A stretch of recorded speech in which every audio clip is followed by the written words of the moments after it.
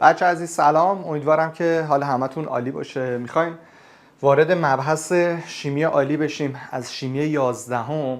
من تو شروع تاکید بکنم که طبیعتاً چون من تو تمام جلسات تمام عنوانها رو 0 تا 100 به شما نکاتش رو آموزش میدم، طبیعتاً شمایی که شیمی عالی رو باهاش یه آشنایی قبلی دارید، توی اوایل تدریس یه سری تثبیت و مرور صورت میگیره، ولی حتی تو همین شروع هم باید توجه داشته باشید که توی بحثایی که به ظاهر آسونتر هست و اگه نگم همه شما اکثر شما اونها رو بلد هستید، ولی باز حتی تو این موارد ساده هم ممکنه که یه گیری وجود داشته باشه تو بعضیاتون. بنابراین 0 تا 100 مطالب رو وقتی پوشش میدیم به خاطر اعتقاد من هست توی شیمی، خصوصا تو شیمی کنکور، ما بحث آسون و سخت تعریف نمی کنیم. همه چیز برامون مهمه، همه چیز.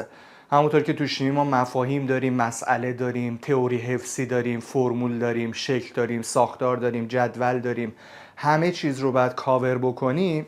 توی تیترایی که بررسی میکنیم من بازم منطقمون این هستش 0 تا 100 همه مطالب رو بایستی خدا باشیم. بنابراین با این مقدمه وارد بحث جذاب شیمی عالی میشیم. شیمی عالی هم میتونه مستقیم سوال داشته باشه، هم غیر مستقیم. تو خیلی از تیترهای شیمی استفاده میشه، بنابراین یک تیر و دو نشونه. بعد سوادتون توی شیمی عالی خیلی بالا باشه. استارتمون توی شیمی عالی بحث هیدروکربن هاست. اولین شخصی که سمتش میریم هیدروکربن ها هستن. طبیعتا از اسمش پیداست که فقط شامل هیدروژن و کربن هستن. ترکیباتی که هیدروکربن هستن ما فقط توشون کربن میبینیم و هیدروژن و لا غیر. اوکی؟ مثلا اگه ازت بپرسم که چربی ذخیره شده در کوهان شتر که تو شیمی 10 داشتید فرمولش چی بود؟ میگید؟ بگید. الان بعضیتون میگید C57 H110 O6. اگر بعضیتون نمیگفتند، خب طبیعتا به واسطه که اشاره کردیم دیگر جلسه بعد میگن چربی ذخیره شده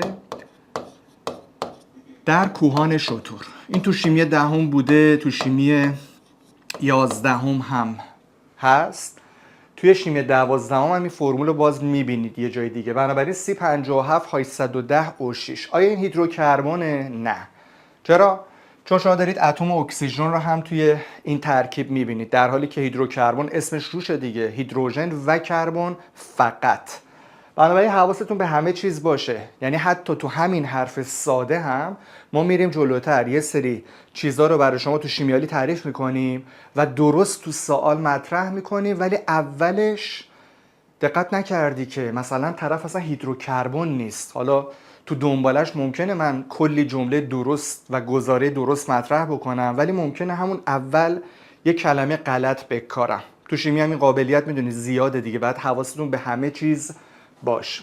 ولی خب خواستم یه بار این فرمول رو هم مرور کرده باشیم، چون میدونی شیمی پر از همه چیزه و فرمول ها رو باید خدا باشید. C57 H110 O6 چربی ذخیره شده در کوهان شتر. برگردیم به بحثمون. هیدروکربن ها رو ما میخوایم با همدیگه بررسی بکنیم. هیدروکربن های زیادی رو ما داریم، حالا یه تعدادشون رو توی شیمی دبیرستان میخونیم. توی شروع بچه دقت کنید، هیدروکربن ها رو ما توی دسته بندی توی 2 تا دسته طبقه بندی میکنیم. میگیم هیدروکربن ها سیر شده هستند و سیر نشده هستند. اگه ازتون بپرسم بگم بچه ها هیدروکربن سیر شده کیا هستن، خیلی از شما میگید آقا پیوند کربن ها یگانه باشه. خب و مثلا بهتون میگم که هیدروکربن سیر نشده چه اشخاصی هستن، باز خیلی از شما میگید آقا اگر پیوند دوگانه کربن کربن داشتیم یا سه‌گانه کربن کربن داشتیم، در اون صورت هیدروکربن سیر نشده است. غلط نمیگید، درست میگید، منتها نتیجه رو دارید میگید، نکته رو دارید میگید. اگه من از شما بپرسم که هیدروکربن سیر شده تعریفش چیه، هیدروکربن سیر نشده تعریفش چیه، این چیزی که الان گفتیم تعریفش نیست، این نکتهشه، این نتیجهشه. خود تعریفش هم میتونه مورد سوال قرار بگیره، خیلی بچه‌ها بهش اشاره نمی‌کنن. من یه سوال میپرسم، شما من بگید درست یا غلطه. کربن میدونی ظرفیت 4، کربن ظرفیت 4. توی شیمی آلی توی هیدروکربن ها خب بیس کربن دیگه، خب و ترکیبای ما توشون کربن رو دارند و شما میدونید که کربن ظرفیت 4، یعنی باید بهش 4 تا خط وصل باشه. خب حالا سوالم اینه که آیا قبول دارید که توی هیدروکربن های سیر شده به کربن های ما 4 تا خط وصله؟ با بله خیر جواب بدید.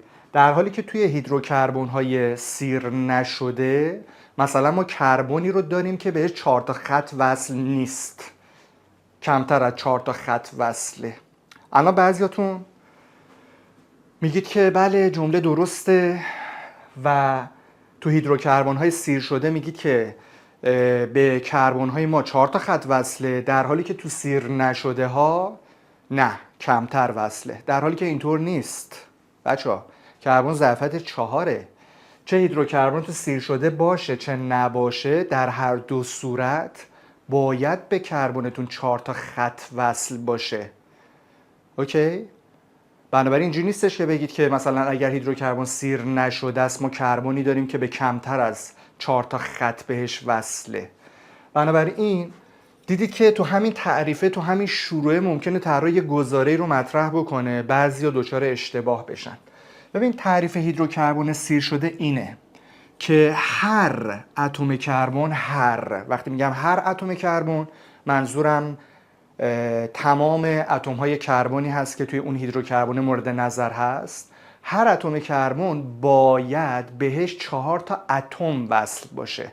دقت کردید تفاوت جمله رو؟ نگفتم بهش باید 4 تا خط وصل باشه، 4 تا خط که باید بهش وصل باشه، کربن ظرفیت 4، خب 4 تا اتم باید بهش وصل باشه. حالا اون 4 تا اتم ممکنه کربن باشن، ممکنه هیدروژن، نفر سومی که تو بازی نیست. خب پس هیدروکربن سیر شده این شد که هر اتم کربن به 4 اتم دیگه که این دیگه یا کربن یا هیدروژن متصله. در حالی که اگر چنانچه هیدروکربن سیر نشده باشه شما کربنی رو خواهید یافت که به کمتر از 4 تا اتم وصله. پس اگر شما یک کربنی رو ببینید توی هیدروکربن که به 4 تا اتم وصل نباشه، مثلا به 3 تا اتم دیگه وصل باشه، به 2 تا اتم دیگه وصل باشه، به 4 نفر دیگه وصل نباشه، در اون صورت میگید که هیدروکربن دیگه سیر شده نیست، سیر نشده است. پس اینجا وقتی من به شما گفتم هر اتم کربن، یعنی هر اتم کربنی که من و شما روش دست میگذاریم اگر هیدروکربن سیر شده باشه باید به 4 تا اتم دیگه وصل باشه. اما اگر چنانچه کربنی رو یافت بکنید یا 2 تا کربنی رو ببینید که به 4 تا اتم وصل نیستن، به کمتر از 4 تا اتم وصل هستن، طبیعتا دیگه هیدروکربن تو سیر شده نیست، بهش میگن هیدروکربن سیر نشده. اوکی؟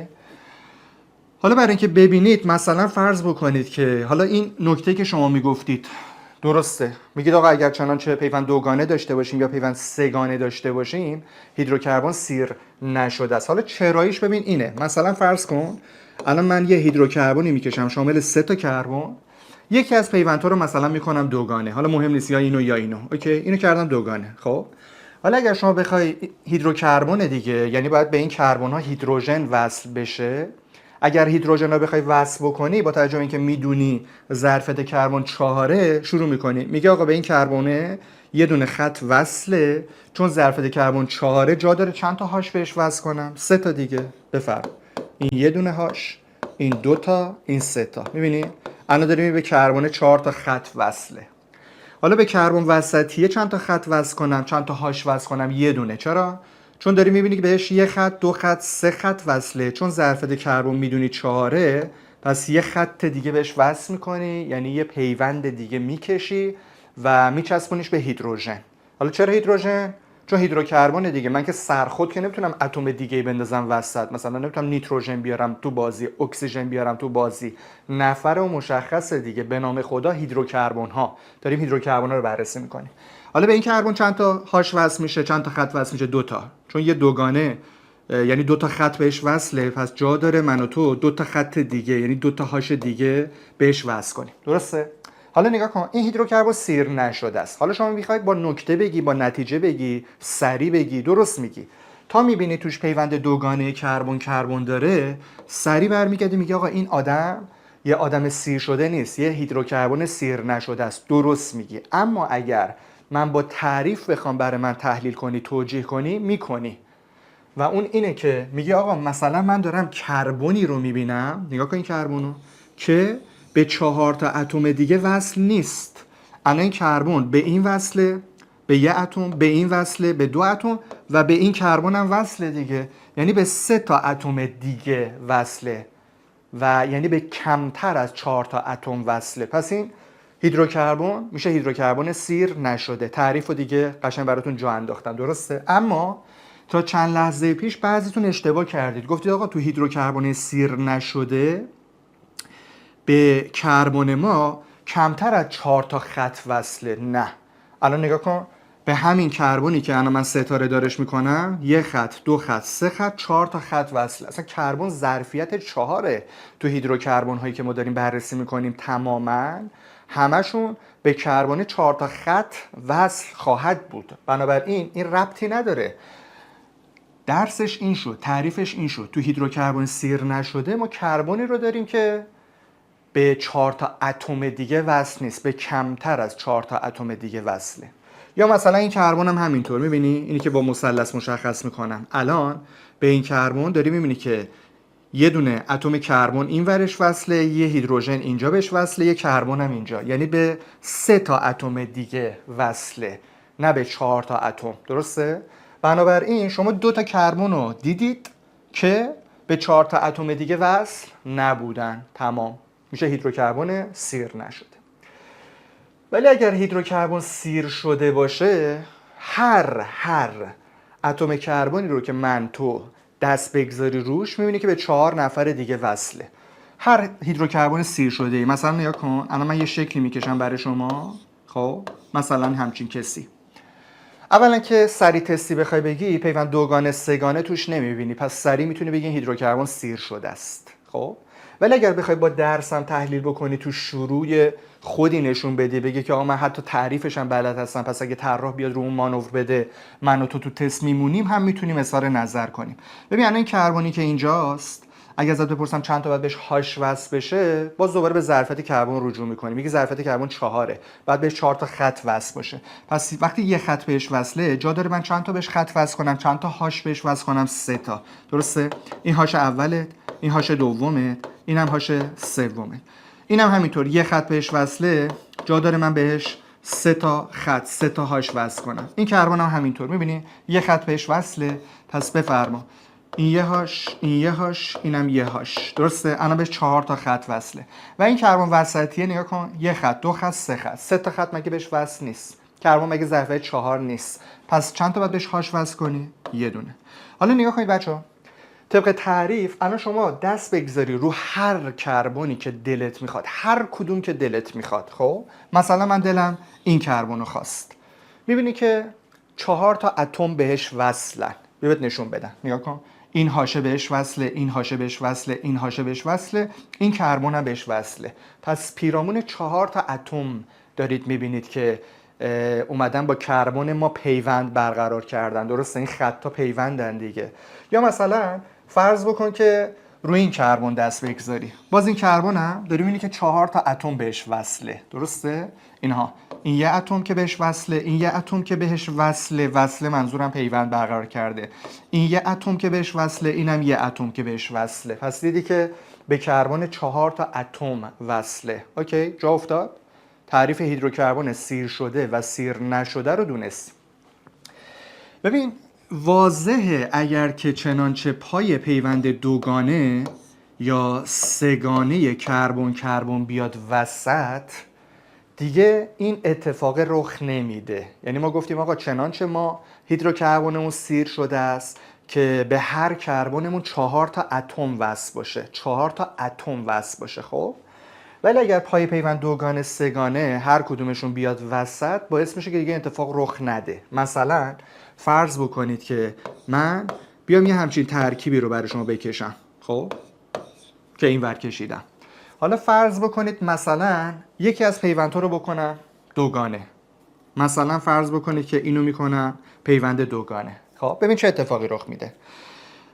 الان اگه ازت بپرسم به این کربن چند تا هاش میخوره، تو نگاه میکنی میگی خب 2 تا خط بهش وصله، چون ظرفیت کربن 4 جا داره، پس 2 تا هاش بهش بچسبونیم. درسته؟ این یه دونه هاش، اینم هاش دوم. خب در حالی که اگر که اینجا پیوند یگانه بود، دیدی من اومدم به این کربونه گفتم خب یه خط این ورشه، پس جا داره 3 تا هاش بهش وصل بکنم.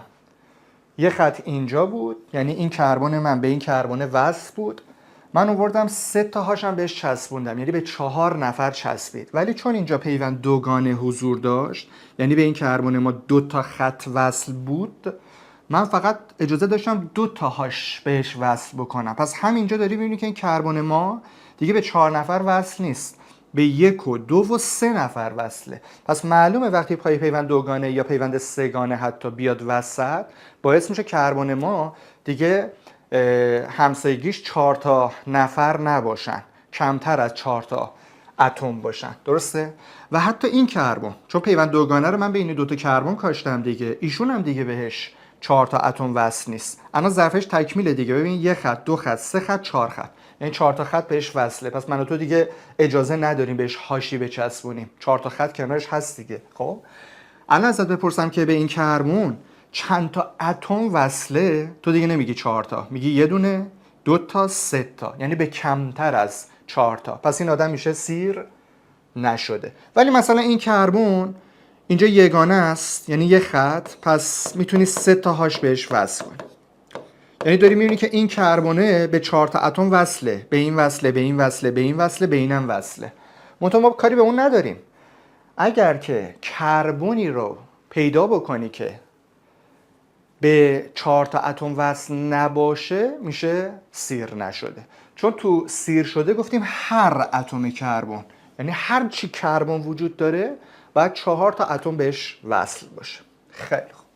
ولی اگر پای پیوند دوگانه یا سه‌گانه اومد وسط، شما داری میبینی که 2 تا کربن هستن که دیگه به 4 تا اتم وصل نیستن، به کمتر از 4 تا اتم وصل هستن. این مقدمه اول. اوکی؟ یکم زیاده روی هم کردم برای که جا بندازم برای همتون. یکم تکرار کردم که این بحث قشنگ برای همتون جا بیفته، چون با وجودی که ساده هست تو کلاس حضوریم دیدم که بچه‌ها اشتباه میکنن یا به خط اشاره میکنن. متاسفانه دوباره تاکید میکنم، کربن ظرفیت 4 بچه‌ها، 4 تا خط باید بهش وصل باشه تو هیدروکربن ها. اوکی؟ پس خط و ملاک عمل قرار ندید. اتم اگر چنانچه یارو سیر شده باشه، هر اتم کربن 4 تا اتم دیگه پیرامونش باید باشن. اما اگر سیر نشده باشه، من و تو یک کربن رو یا 2 کربن رو پیدا میکنیم که حداقل 2 کربن رو پیدا میکنیم که به 4 تا اتم دیگه وصل نیستن، به کمتر از 4 تا اتم وصل هستن. خیلی خوب. حالا شما توی سالهای پایه هیدروکربن ها رو توی 2 تا دسته‌بندی سیر شده و سیر نشده تو چند تا خانواده بررسی کردید، میشناسید. مثلا توی هیدروکربن های سیر شده یه گروهی رو میشناسید، یه خانواده‌ای رو میشناسید به نام آلکان ها. اوکی؟ پس اگر میگیم آلکان ها آدمای سیر شده هستن، پس به زبون بی زبونی داریم میگیم که پیوند بین اتمای کربن توی آلکان ها تماما یگانه هن. چون اگر پای پیوند دوگانه یا سه‌گانه بیاد وسط، با توضیحاتی که دادم طبیعتاً دیگه هیدروکربن سیر شده نیست. درسته؟ حالا برای سیر نشده 2 دسته رو بررسی کردیم. گفتیم اگر که چنانچه پیوند دوگانه کربن داشته باشیم، اون هیدروکربن میشه عضو خانواده آلکن ها، و اگر پیوند سه‌گانه کربن داشته باشیم، اون هیدروکربن میشه جزو خانواده آلکین ها. پس 3 دسته‌ای که از قبل اسامیشون رو میشناسیم، یه اطلاعاتی هممون در یه حدی داریم رو انداختیم وسط، بریم 0 تا 100 نکاتش رو بررسی کنیم و الان میبینید که لذت بیشتری میبریم تو دنبال با وجودی که اینا بحثایی هستن که تو پایه زیاد اینا رو دیدید کار کردید، ولی تو همین شروع میبینید که آقاجانی یه چند تا نکته رو میندازه وسط که باعث تفاوت سطح ما میشه نسبت به بچهای دیگه، باعث میشه رو پله‌های بالاتر، رو سطح‌های بالاتر قرار بگیرید، چند سر و گردن از بچهای دیگه بالاتر باشید، منوط به این که با تمرکز کامل بحث رو سر کلاس دنبال کنید، بعد کلاس هم برید وارد کتاب کلاستون بکنید، نوت بردارید، بعد مرور بکنید، زمانی که دارید نوت برمی‌دارید دارید پردازش می‌کنید. درسی که الان من دارم بهت آموزش میدم منتقل میکنم رو خودت میای با مدادت با خودکارت وارد کتاب کلاست میکنی، این باعث میشه که ذهنت دوباره پردازش بکنه، یه تثبیت خیلی خوبی صورت بگیره. جایی اگر یادت رفت میتونی یه لحظه یه تقلب ریزی بکنی، دست‌نوشته‌های من رو ببینی و وارد کتابت بکنی و بعدش بری اون نکاتی که وارد کتابت کردی یا نکاتی که به شکل تایپ شده هست رو بری مرور بکنی. اوکی؟ این قرار همیشگی ما بوده. توی آلکان ها تماما پیوندهای کربن یگانه است. کربن بچه بحثمونه دیگه. هاش بنده خدا که اصلا کاری نیست. هاش که فقط یگانه میزنه. هاش که هیچ وقت دوگانه سگانه که نمیزنه. وقتی اشاره میکنم پیوند یگانه یا پیوند ساده، منظورم پیوند بین اتم‌های کربونه. اصلا هاش که درگیری ما نیست. توی آلکن ها پیوند دوگانه کربن داریم، یه دونه، 10 تا نه، 2 تا نه، 3 تا نه، یه دونه دوگانه دارند. آلکن ها یه دونه دوگانه کربن دارن، ما بقیه پیونداشون یگانه است. آلکین ها هم یه دونه پیوند سگانه دارند، یه دونه، 10 تا نه، ما بقیهشون یگانه است. اوکی؟ این بحث اول. حالا بریم سراغ آلکان ها بازشون بکنیم. اولا آلکان ها یه فرمول عمومی دارن که همه کشور بلدن. وقتی من تو کلاسام میپرسم شیمیالی رستارت میزنم میگم بچه فرمول عمومی آلکان ها چی بود، همه بچه ها تقریبا میگن آقا این بود CN هاش 2N به اضافه 2. به زبان فارسی یعنی اگر که کربن آلکان ما هر چی باشه، هیدروژن هاش میشه 2 برابر کربن 2 تا بیشتر، 2 برابر به اضافه 2. این خیلی فرمول معروفیه دیگه، CN هاش 2N به اضافه 2. و این فرمول هم بچه از فضا نیومده. یعنی شما بیای 2 تا 3 تا 4 تا آلکان رو خودت بکشی، بنویسی، فرمولاشون رو در بیاری، رابطه کربن و هیدروژنش رو خودت بهش پی میبری و میبینی که بله کربن تو آلکان هرچی باشه هاش چیه؟ 2 برابر کربن 2 تا بیشتر. مثلا فرض کنید ساده ترین آلکان اگه من و تو بخوایم بکشیم، یه دونه کربن میذاریم وسط، میذاریم رو کاغذ. خب و چون میدونی ظرفیت کربن 4، خب به این بنده خدا چند تا باید هاش وصل کنم؟ 4 تا دیگه. میگی بفرما این هیدروژن اول، این هیدروژن دوم، این هیدروژن سوم، اینم هیدروژن چهارم. حالا اگه ازت بپرسم میگم خب باری کلا فرمولشو بگو، جلوی چه شده دیگه؟ یه دونه C داری، 4 تا هاش داری دیگه، میشه CH4. حالا اگر مثلا یه آلکانی بخوای بکشی که 2 تا کربن داشته باشه، این یه دونه کربن داشت، اگه بخوای 2 تا کربن بکشی، خب بفرما پیوند بینشون حتما ولی یگانه بعد بگذاری، چون آلکان ها جزء خانواده‌ای هستن که سیر شده هستن. این پیوند بین اتم‌های کربنشون یگانه است. حالا اگر بخوای هیدروژن ها رو وصل بکنی، خب به این بنده خدا چند تا هاش وصل می‌کنی؟ 3 تا دیگه. وقتی یه خط بهش وصله، ظرفیت کربن 4، جا داره بهش 3 تا هاش وصل بشه دیگه. پس این میشه 3 تا هاشش. اون کربن هم به طریق مشابه مثل اینه دیگه. وقتی یه یگانه بهش وصله، یه خط بهش وصله، جا داره من و تو 3 تا هاش بهش وصل بکنیم. درسته؟ الان بهت بگم فرموله این بنده خدا چی میشه. داری میبینی دیگه C 2 تا داره، هیدروژن هم نگاه کن 3 تا این وره، 3 تا اون وره، 6 تا. خب و داری میبینی که بله این فرموله صدق میکنه. الان نگاه کن کربنش 2، هیدروژنش 6. چه رابطه بین کربن و هیدروژن داری میبینی؟ 2 برابر به اضافه 2، 2 تا 4 تا به اضافه 2، 6 تا. اینجا کربنش 1 بود که میدونیم ما تو شیمی اندیسه 1 رو نمینویسیم، مثل آب که همتون فرمولش رو میگید H2O، هیچ کی تو دنیا مثلا نمینویسه H2O1. اوکی؟ این یک نوشته نمیشه. پس اینجا کربن اون 1 بوده دیگه. حالا هیدروژنش نگاه کن 4. چه رابطه بین کربن و هیدروژن داری میبینی؟ 2 برابر 2 تا بیشتر دیگه. 1 ضرب در 2، 2 به اضافه 2، 4. بنابراین خواستم بهت بگم که این فرمول اثبات شد. یعنی اینجوری نیست من از فضا آورده باشم بگم بچه برو حفظش کن. CnH2n به اضافه 2 پشتش در واقع این درسه خوابیده. خب ولی خب دیگه من و تو این فرموله رو تو ذهنمون حک میکنیم، ثبت میکنیم، پیش خودمون میگیم فرمول خوبیه. پس اگر پس فردا مثل از ما بپرسن بگن که آقا جون یه آلکانی که 6 تا کربن داره فرمولش چیه، دیگه من و تو نمیایم مثل این اول کلاسمون بشیم نقاشی بکشیم 6 تا کربن بذاریم وسط، هیدروژنا رو وصل کنیم، بعد جمع بزنیم بگیم خب C6H فلان، میذاریم تو این فرموله. اینو پذیرفتیم. خب بنابراین میگه چون آلکان ها فرمول عمومیشون CnH2n به اضافه 2، پس وقتی برگشتی طراح به من میگه آلکان 6 کربونه، کربنم 6 باشه، هاشم چقدر میشه؟ میشه 2 برابر به اضافه 2. 6 تا 12 تا به اضافه 2 14 تا. دیدی؟ تونستیم این فرموله رو بگیم. کی به ما کمک کرد تونستیم بگیم؟ فرمول عمومی آلکان ها.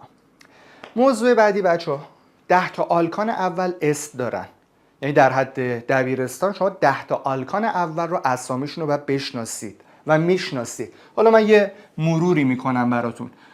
آلکانی که یه دونه کربن داره اسمش متانه. یعنی این بابایی که الان ما ساختارش رو کشیدیم یا فرمولش رو CH4 اسم داره، متان. تو همه جای دنیا به این آدم میگن متان. فرقی نمیکنه شما ایران درس میخونی، بری امریکا درس بخونی، بری روسیه درس بخونی، بری چین درس بخونی، هر جا درس بخونی این بابا اسمش متانه. شیمی زبان بین‌المللیه. خب فقط فرقش اینه که من و شما اینجا فارسی نوشتیم متان، اون امریکاییه انگلیسی می‌نویسه متان، اون روسی می‌نویسه متان، ولی همه اینو متان صداش میکنیم. آلکان با یه دونه کربن. اوکی. آلکان 2 کربن اسمش اتانه. پس این C2H6 که ما نوشتیم اسمش چیه؟ اتانه. پس ما 10 تا آلکان اول رو اسامیشون رو حفظیم. پس طراح میتونه مثلا به جای C2H6 به ما بگه اتان، میتونه به جای این ساختاره به ما بگه اتان. اوکی؟ پس اینها انگار معادلن دیگه. پس من میتونم اتان بگم، میتونم بگم آلکان 2 کربونه، میتونم بگم C2H6 یعنی فرمولش رو بگم، آخ چون اینو بلدم میگم، میتونم ساختارش رو بکشم، 2 تا کربن بذارم، پیوند بینشون یگانه بذارم، چون خودت داری میگه اتان. اون آن آخرشون بچه‌ها معرف اینه که بنده یک آلکانم و آلکانا پیوند کربنشون یگانه است دیگه. و نفر سوم پروپانه، آلکان 3 کربونه، 4 میشه بوتان، 5 پنتان، 6 هگزان، 7 هپتان، 8 اکتان، 9 نونان و 10 دکان. پس این 10 تا آلکان اول که بچه دبیرستانی، بچه کنکوری 10 نفر رو باید بلد باشه. حالا بچه المپیادی ممکنه از 11 تا 20 رو هم بدونن، ولی شما برای کنکورتون، برای دبیرستانتون 10 تا آلکان اول رو اسامیشون رو باید بلد باشی. به ترتیب شدن متان، اتان، پروپان، بوتان، پنتان، هگزان، هپتان، اکتان، نونان و دکان. پس اگه اینجا بهت گفتم آلکان 6 کربونه، میتونم اسم براش بیارم. نمیخواد اینجوری حرف بزنم آلکان 6 کربونه، میگم کی؟ هگزان. اینا دیگه هگزان. اوکی؟ پس یا طراح به تو میگه آلکان 6 کربونه یا به تو میگه هگزان. احتمالاً دومیه رو میگه دیگه. با تو فارسی حرف نمیزنیم که بگیم آلکان 6 کربونه، میگیم هگزان. ولی چرا یه موقع طرف اسم نداره، مثلا بهت میگم آلکان چه میدونم 20 کربونه، اسم که بلد نیستی براش که، میگم آلکان 20 کربونه، میگم فرمولشو بگو، تو میگی باشه، میگم C20 H 2 برابر 40 به اضافه 2 42، C20 H 42. ولی اینایی که اسم دارن دیگه نمیگیم آلکان 7 کربونه، آلکان 8 کربونه، آلکان 10 کربونه، اسامیشون رو میگیم. اوکی؟ بحث رو باز کردم، فعلا در بازی به سر میبریم، ولی همین بازیه رو یه مروری بکن، بریم تو دنباله ببینیم که دنباله بازی از چه قراره. بفرمایید. خیلی خوب. یه نکته بچه بگم مهم، ساده ولی مهم. نگاه کن. اگر من به تو بگم مثلا بوتان، خب تو اینو میشناسی دیگه، یا آلکان 4 کربن است دیگه، حفظ کردی متان، اتان، پروپان، بوتان. تا بهت میگم بوتان سری میگی، میدونی کیه. اگه فرمولش رو بخوام، اولا بچه چیزم بگم به شما، آلکان ها مولکولن، ترکیبات مولکولی هستن. به خاطر همین میتونیم اینجا بگیم فرمول مولکولی. چرا اینو گفتم؟ به خاطر اینکه مثلا یه سری از ترکیب ها ترکیب مولکولی نیستن، ترکیب یونی هن. مثلا تو شیمی دهم معروف ترین ترکیب یونی که همه ما میشناسیم کیه بچه ها؟ نمک دیگه، سدیم کلورید دیگه، NaCl، درسته؟ و تو ترکیب های یونی واحد های سازنده یون ها هستن. یون ها مثلا NaCl میدونی که کاتیونش یون مثبتش انا مثبته، آنیونش یون منفیش کلوریده. خب واحدهای سازندش یونهای ناهمنام هستن، ترکیب های یونی. پس ما تو ترکیب های یونی اصلا چیزی به نام مولکول نداریم. پس اگه مثلا من به شما میگم فرمول مولکولی سدیم کلورید، حرفم از بیخ غلطه، به خاطر اینکه اصلا مولکولی ما نداریم. من حق ندارم برای مثلا سدیم کلورید که خیلی ترکیب یونی سرشناسی هست کلمه مولکول به کار ببرم. این غلطه.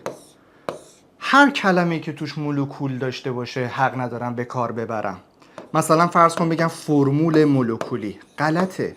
مثلا بچه رو میخوام گول بزنیم، میگیم فرمول مولکولی سدیم کلورید میشه NaCl. بچه هم لبخند میزنه میگه آره دیگه سدیم کلورید عمه منم که میدونه NaCl. میگم IQ عمت میدونه، پیش خود نگفتی که خب اینو عمه منم میدونه، طراح چرا بعد اینو سوال داده باشه؟ حالا این حرف من باعث نشه که هر سال آسونی دادن شما سر جلسه بشینی فکر کنی. آخه یه موزلی هم داشتیم با بچه قویمون، مثلا سوال آسون داده بود تو کنکور، بعد این بچه شک میکرد دیگه، خیلی وسواس به خرج میداد، میگفت نکنه یه نکته‌ای داره. ولی در حالت کلی حواستون باشه دیگه، تو شیمی قابلیت خیلی زیاد وجود داره، طراح میتونه هر بازی در بیاره، بنابراین خیلی باید خدا باشید حتی تو این مواردی که به ظاهر ساده هستن. اوکی؟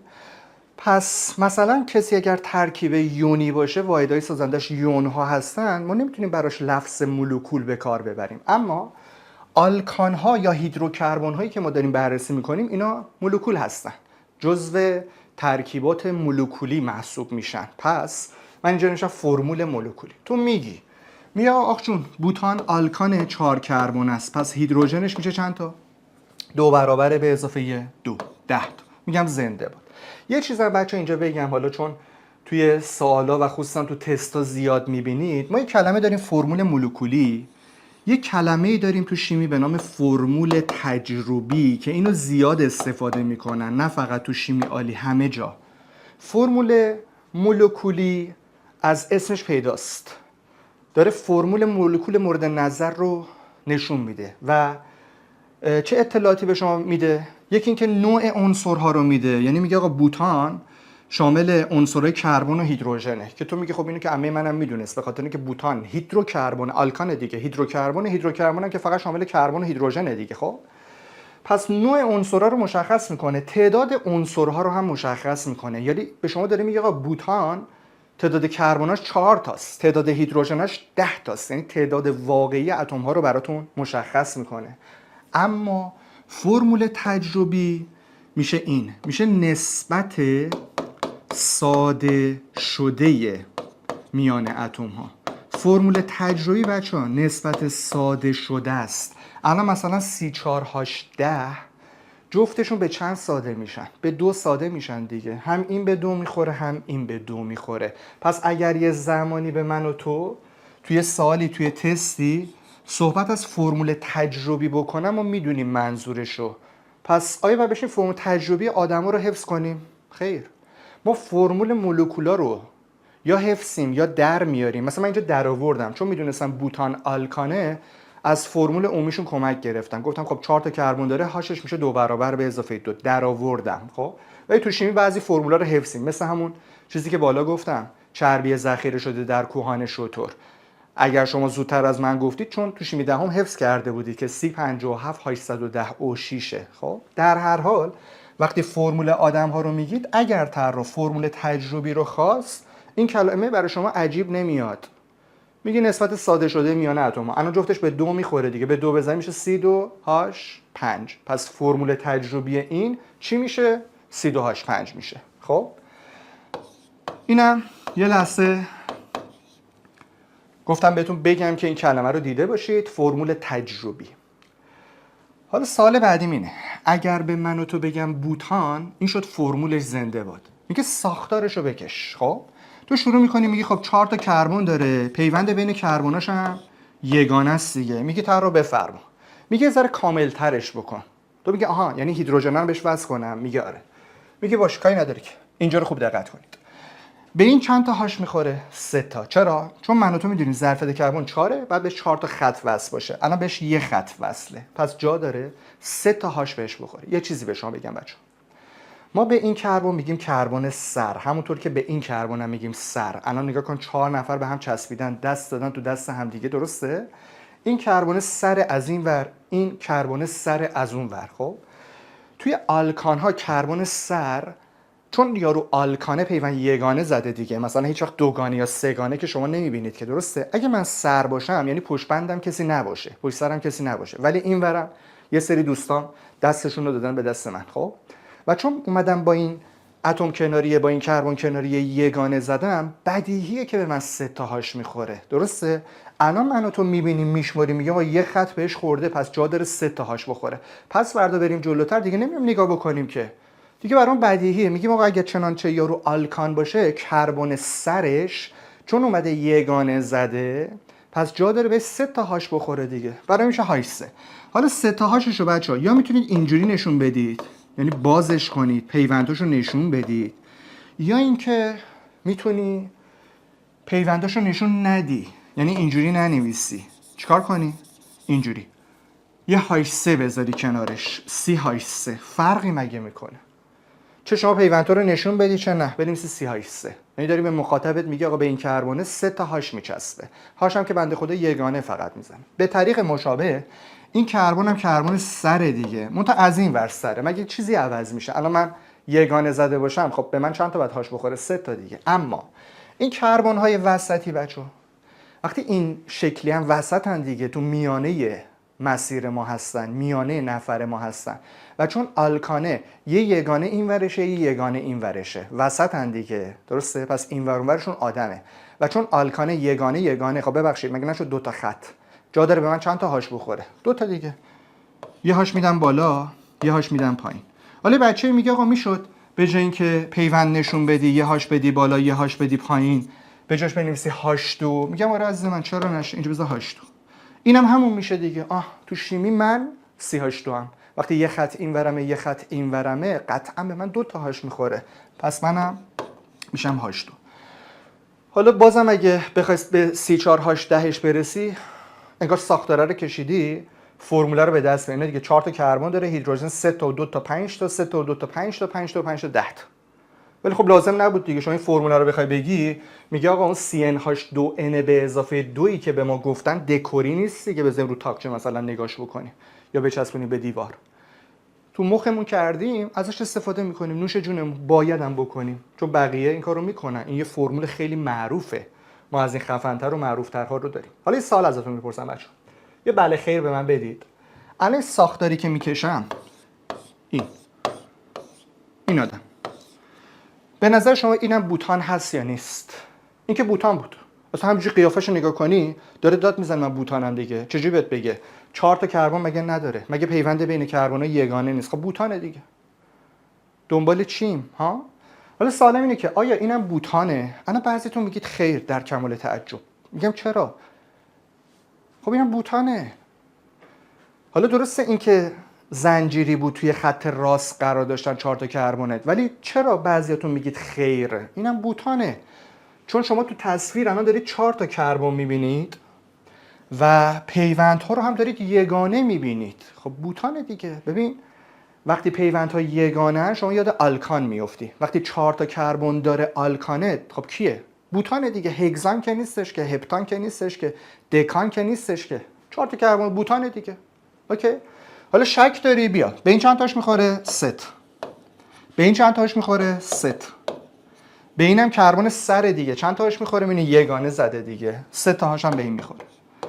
به این کربن وسطیه چند تاهاش میخوره؟ یه دونه. چرا؟ یه خط این ورش مگه نیست؟ یه خط مگه این ورش نیست؟ یه خط هم مگه پایینش؟ 3 تا خط مگه بهش وصل نیست؟ پس جا داره یه هاش بهش بخوره دیگه. خب بفرما. بازم سی 4 تا داری، هاش هم نگاه کن 3 و 3 و 3 9 تا با یه دونه 10 تا. یعنی بازم به این فرموله رسیدی دیگه. برای بوتان دیگه. چرا بوتان نیست؟ فقط میدونید چیه داستان؟ ما به این تو شیمی میگیم بوتان راست زنجیر، یعنی 4 تا اتم کربن تو بوتان توی خط راست مثل زنجیر به هم متصلن، اما به اونم میگیم بوتان، منتها بهش میگیم بوتان شاخه‌دار. میبینی یه انشعابی ایجاد شده، انگار فرض کن شما اگر اینو بگیری یه خیابون اصلی، اینجا یه کوچه‌ای داری میبینی، بنابراین به این دیگه نمیگیم بوتان راست زنجیر. 4 تا کربن روی خط راست زنجیروار به هم وصل نیستن، یه شاخه یه انشعاب هم ایجاد شده، اب نداره، به این میگیم بوتان شاخه‌دار. حالا بچه یه چیزی به شما بگم، شیمی پر از همه چیزه. خب الان ما داریم رو مفاهیم کار میکنیم، منتها چون تازه وارد دنیای شیمی عالی شدیم، فعلا توی مرورها داریم به سر میبریم. خیلی از اینا رو شما دارید با من همراهی میکنید، ولی یه چیزی، الان مثلا کتاب درسی تو باز میکنی شیمی 11 رو ورق میزنی، تو حاشیه اومده عکس فندک رو نشون داده، بعد نوشته گاز فندک، بعد نوشته بوتان. خب بنابراین این باعث میشه من به عنوان طراح به شما بوتان نگم. میدونی چرا؟ اگه به شما بگم بوتان، شما لبخند میزنی سر جلسه، میگی خب کاری نداره که بوتان یا آلکان 4 کربن است، فرمولش رو بخوام میگی، ساختارش رو بخوام میکشی. ولی وقتی میگم اون آلکانی که به عنوان سوخت فندک، اینجا یه سری بچه رو میدیم بیرون. کیا رو؟ کسایی که نفهمیدن شیمی سوا کردنی نیست، در همه چیش با همه. اگه تو میخوای بچه ممتاز باشی، غول باشی تو شیمی، خدا باشی تو شیمی، اگه تو مفاهیم مسلطی، زنده باد. اگه تو مسئله حل کردن مسلطی، خیلی زنده باد. ولی تو تئوری حفظی هم باید باشی. نمیتونی بگی من حال نکردم، مثلا تئوری حفظی ها رو نخوندم. و فقط هم یه قسمت رو اگر نخونی، یه بحث رو نخونی، نمیگم یه فصلو، طراح ممکنه بده تو رو بیرون، یعنی نذاره تو بگو من خدای شیمیالیم، ولی همین تئوری فارسی کتاب درسی رو ندونی، خب نمیذاری وارد سوال بشی. بنابراین حواستون باشه، برای بوتان راست زنجیر یه فلش میزنم، مینویسم فندک. یه چیزم بگم، من اگر این دوتا شکل رو بخوام یه ذره ساده تر نشون بدم، مثلا این بوتان راست زنجیر رو بچه میتونن این فرمی نشون بدم. حالا این تو دنباله هست، ولی من سریع رونمایی کردم. نگاه کن، کربن کربن کربن کربن، یعنی هر کدوم از این نقطه هایی که دارید میبینید کربنن. یعنی ما میتونیم هیدروکربن ها رو با یه شیوه دیگه نشون بدیم، به این میگیم ساختار، فرمول ساختاری، به این میگیم فرمول مولکولی. به این شیوه نمایش میگن فرمول نقطه خط. نقطه منظورمون همون کربن هاست، خط هم که منظور پیونده. خب نکته که باید دقت کنید، تو فرمول نقطه خط بچه هاش رو نشون نمیدیم. یعنی الان ازت بپرسم این کربن سره چند تا بهش هاش میخوره، تو میگی 3 تا. خب منتها دیگه من نمیام 3 تا هاش رو نشون بدم. این یه نکته است، توی مدل نقطه خط یا فرمول نقطه خط هیدروژن رو نمایش نمیدن. پس شد این شکلی. حالا اون دوستمون رو بخوام نشون بدم، نگاه کن، باز دوباره میام اینجوری 1 2 3، انگار یه 3 تا کربن رو گذاشتم رو وسطی، انگار یه شاخه داده دیگه، درسته؟ اینجوری. الان اینم اگه نگاه کنی 4 تا کربن داره، پیوند بین کربناش یگانه است، یعنی قطعاً بوتانه. منتها فرقش با این اینه که این بوتان راست زنجیره، یعنی شما اینو بکشی میشه خط راست. یکی میگه خب چرا رو خط راست نکشیدی، مثلا نیومدی اینجوری بکشی؟ حرف درستی میزنه، میگه آقا 4 تا کربن تو چرا اینجوری نکشیدی، اومدی این شکلی کشیدی. به خاطر اینکه ببین اگه من بخوام رو خط بکشم، هی بعد اینجا وایسم یه قلمبگی رو برای شما نشون بدم، اما اگر بخوام اونجوری نشون بدم، اوکی، الان شما دارید میبینید که من 1 2 3 4، اوکی دیگه، هی نمیخوام اینجا بیام برای تو یه قلمبگی مشخص بکنم. من اینجا خواستم تاکید بکنم، این کارو کردم، درسته؟ بنابراین این فرمی نشونش میدن که کارشون راحت تر باشه دیگه، چون قراره این سریعتر باشه دیگه نسبت به اون بالاییه. ما داریم ساختار هیدروکربن سریعتر نمایش میدیم. 1 کربن 2 تا 3 تا 4 تا، اوکی. اینجا نگاه کن، 1 کربن 2 تا 3 تا، رو وسطیه، رو دومی انگار یه انشعابی ایجاد شده، پس به این میگیم بوتان شاخه دار، به این میگیم بوتان راست زنجیر. اوکی، کدومش توی فندک بوتان راست زنجیر؟ برای اینکه یادتون بمونه، این فندک، اوکی دیدین درشو باز میکنی، این بوتان کیه؟ راست زنجیر. یه چیزم بگم تو دنباله میریم تو دلش، یه تیتر مستقل شیمی عالیه و اون اینه که این دوتا ساختار آیا شبیه همن؟ نه. متفاوتن؟ بله. چرا؟ چون تو یکیش 4 تا کربن به هم وصلن پشت سر هم، تو یکیش شاخه ایجاد شده، انشعاب ایجاد شده، یعنی قیافه‌هاشون مثل هم نیست، ولی هر دوشون یه فرمول واحد دارن، یه فرمول مشترک دارن، یعنی هر دوشون یه نفرن.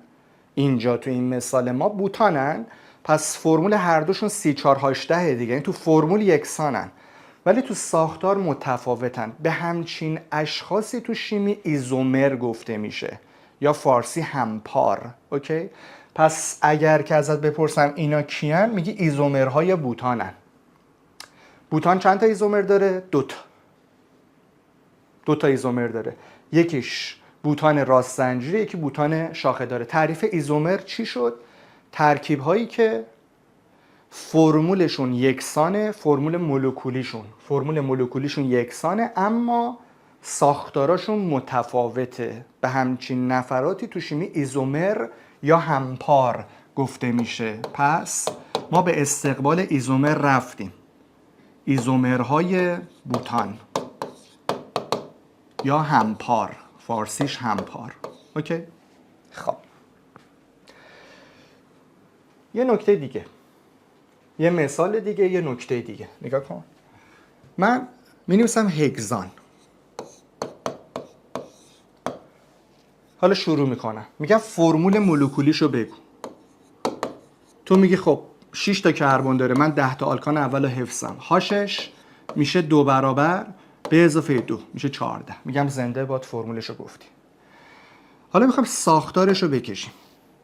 اول بیام رو خط بکشیم. همیشه اولویت ما اینه که رو خط بکشیم دیگه. الان نگاه کن، 1 2 تا 3 تا 4 تا 5 تا 6 تا. میخوام نکته بگم. چه نکته‌ای؟ آماده ای؟ حالا در مورد هیدروژناش از سوال میپرسن. میگم به این کربن سره چند تاش میخوره؟ میگه دیگه ذهنی سری میگیم دیگه، تحلیلامونو کردیم سر کلاس، تو خونه مرورامونو کردیم. وقتی یگانه زده سرم هست به 3 تاهاش میخوره. به این چی؟ به طریق مشابه به اینم 3 تا. به این میانیا چی؟ میگه چون این قیافه رو دارن شاخه ماخه هم نداریم دیگه، درسته؟ اگه مثلا شاخه داشتیم قضیه فرق می‌کرد. الان مثلا مثل میگم اینجا من این کربن بگذارم دیگه حق نداشتی به این بگی 2 تا میخوره، چون دیگه 2 تا خط بهش وصل نیست، 3 تا خط بهش وصله، یه دونه هاش میخوره. ولی که شاخه نداره یا رو هم آلکانه، به کربن های میانی وقتی یه یگانه اینوره یگانه اینوره معلومه که 2 تا هاش میخوره دیگه، درسته؟ پس اینجا 2 تا هاش داریم، اینجا هم 2 تا هاش داریم، اینجا هم 2 تا هاش داریم، اینجا هم 2 تا هاش داریم. پس این هگزانه. الان من اینو بذارم جلوی هر کسی بگم کیه، سری میگه هگزانه. خب فقط یه چیزی، ما یه چیزی داریم فاکتور گرفتن دیگه. آقا CH3 سر، CH3 سر، وسط CH2 CH2 CH2 CH2. این وسط میبینی 4 تا CH2 چی شدن؟ تکرار شدن. خب چه کاریه من و تو بنویسیم CH2 CH2 CH2 CH2؟ بیا فاکتور بگیریم. یعنی اینجوری بنویسم، بگم تو رو دست نمیزنم سر، تو باش CH3. خب اینجا میتونم بنویسم CH2 4 مرتبه، 4 تا CH2 هن دیگه، درسته؟ یعنی اینجوری نگاه کن، یه پرانتز باز میکنم، مینویسم توش CH2، بعد یه اندیس 4 میذارم. یعنی به مخاطبم که تو باشی دارم میگم که ببین 4 تا CH2 به هم وصلن، حوصله نداشتیم بنویسیم CH2 CH2 CH2 CH2، فاکتور گرفتیم. پس تو میفهمی منظور رو، اوکی؟ و دوباره اونور بازی چی؟ اونور بازم یه CH3 داریم. پس ببین اگر من می اومدم هگزان رو به شما این شکلی میدادم، کل کشور خیلی راحت با یه لبخندی میگفت هگزانه. همه، چون داری 6 تا کربن میبینید، پیوند کربنات یگانه است، سری میگه هگزان. ولی وقتی همون رو این شکلی میدن بعضی از جا میگرخن، میگن اوه این اصلا نبود تو کتابمون، فرمول اینو معلممون نگفته بود، حفظ نکرد. میگن عزیز من چه حفظ کردنی؟ این مفاهیم شیمیه، این طرح دلش خواسته اونو این فرمی نشون بده. هگزانه، کسی که شیمیالی خونده، درس خونده، میدونه CH3 سره، یعنی زمانی من CH3 میشم که سر باشم و یگانه زده باشم دیگه، درسته؟ بنابراین CH3 که سرن و یگانه زدن بلا بحث. CH2 هم که اینه دیگه. حالا میشه CH2 4 مرتبه. خب معلومه این هگزانه. اوکی؟ بنابراین الکی بی خودی نمیخواد. مثلا یه بچه دیدم میاد کربناشو جمع میزنه، میگه بذار فرمولش الان برات در میارم. C یه دونه اینجا دارم، یه دونه اینجا دارم، 2 تا، اینجا 4 تا دارم، کلا شد 6 تا. هیدروژن 3 تا اینجا دارم، 3 تا اینجا دارم، 6 تا. 4 2 تا 8 تا هم اینجا دارم. 8 و 6 تا 14 تا. میشه خب چه کاریه؟ بعد برام میگه چون 3 6 8 14 شد، تو آلکانا ما این قضیه رو داشتیم که کربن هر چی باشه هاش 2 برابر به اضافه 2، پس میفهمیم که این آلکانه. میگه اونجوری بخوای تحلیل کنی که سر جلسه کنکورت که دچار مشکل میشی، چون سر جلسه کنکور یه بحثی هم مطرحه و اون بحث زمانه، تایمه. اوکی؟ ما باید سریع چیزایی که سر کلاس یاد گرفتیم، تو خونه مرور کردیم، تو مغزمون فرو کردیم، انقدر خدا باشیم سر جلسه آنن تست رو به جواب برسونه. اگه بخوایم تک تکش وایسیم یه همچین تحلیلی بکنیم که خب شاید نصف و بیشتر سوالا سر جلسه اصلا نرسیم ببینیم، حتی تو زمان تموم میشه. خب یه نکته‌ای بچه دقت کنید. در مورد بوتانی که صفحه قبل رفتیم، اگر بهت میگفتم ایزومرهای بوتان، تو اولین کسی که میکشیدی 4 تا کربن رو توی خط راست به هم میچسبوندی، میگفتی بفرما بوتان راست زنجیر. بعد میخواستی باز بوتان بکشی، پیش خودت فکر میکردی، میگفتی خب بذار بکنمش 3 تا، خب 4میه رو بدم شاخه. یه چیزی هم بچه به شما بگم، من شاخه رو سر نمیتونی بدی. مثلا یه بچه ممکنه بگه 4میه رو میدم به این، خب حالا یه بچه بگه میدم به این، فرقی نمیکنه. غلطه. یعنی این همون بالایی است. الان شما بابا مامانتون بگید آقا من از این ور اینو میکشم، تو هم از اون ور اینو بکش. خب اگه اینو گوششو بگیره، تو هم اینو بگیری بکشید، میشه بالایی دیگه، میشه خط راست. یعنی این دوتا یکی هن. اصطلاحا ما به شما میگیم که اگر میخوای شاخه کربنی بدی بده، ولی رو سر نمیتونی بذاری. الان بچه اومده رو سر گذاشته، الان من 3 تا کربن گذاشتم، رفته رو سر یه ورش، یه طرفش شاخه کربنی گذاشته. این قابل قبول نیست، چون تکراری بالایی میشه. خب شاخه رو کجا میتونی بدی؟ میتونی تو میانی بدی. مثلا میدم به این قابل قبوله. حالا یه بچه میده کربن پایین، یه بچه میده بالا، اون دیگه فرقی نمیکنه. الان من بدم پایین، خب ببخشید یه فرش بدم، این کربن میره بالا دیگه. خب پس اگه تو میادی بالا میذاشتی، با منی که پایین گذاشتم تکراری میشه دیگه. نمیتونی بگی چون من پایین گذاشتم تو بالا گذاشتی تو شکل جدیدی هستی. اوکی، بچرخونمش. بنابراین نگاه کن، این 2 نفر شدن ایزومرهای بوتان. حالا بچه‌ای دست بلند میکنه تو کلاسا، میگه آقا ببخشید اگر شما میومدی مثلا این 4 تا کربن و بوتان رو داری میکشیدی که اینجوری میکشیدی چی؟ میگه اینم بوتانه. به ظاهر داره درست میگه، چون 4 تا کربن پیوند بینشون هم یگانه است. جواب میدیم نه. میدونی چرا؟ من و تو پذیرفتیم با درسی که خوندیم بوتان آلکان 4 کربن است، فرمولش حتما اینه C4 هاش 2 برابر به اضافه 2. خب اگر یک کدوم از شما اینو به من تحویل بدی، میگم استوب کن، بیا هاشاشو بچسبون. تو میگی باش. میگم بگو ببینم به این چند تا هاش میخوره؟ میگه خب یه خط 2 خط بهش وصله، 2 تا هاش بهش میخوره. به این چی؟ به اینم 2 خط وصله، 2 تا هاش میخوره. به اینم همینطور، به اینم همینطور. میگم خب باریکلا فرمولشو بگو. نگاه میکنی میگی C4 هیدروژن 2 تا 2 تا 2 تا 2 تا، به هر کدوم از کربنا 2 تا هاش خورد دیگه، پس میشه 8 تا دیگه. آیا شد بوتان؟ آیا شد C4 هاش 10؟ نه. بنابراین اگر شما اینو به من بگید بوتان، من قبول نمیکنم. خودت دیدی دیگه، اثبات کردم دیگه، لایو زنده داری میبینی که C4 هاش 8 شد، در حالی که بوتان C4 هاش 10.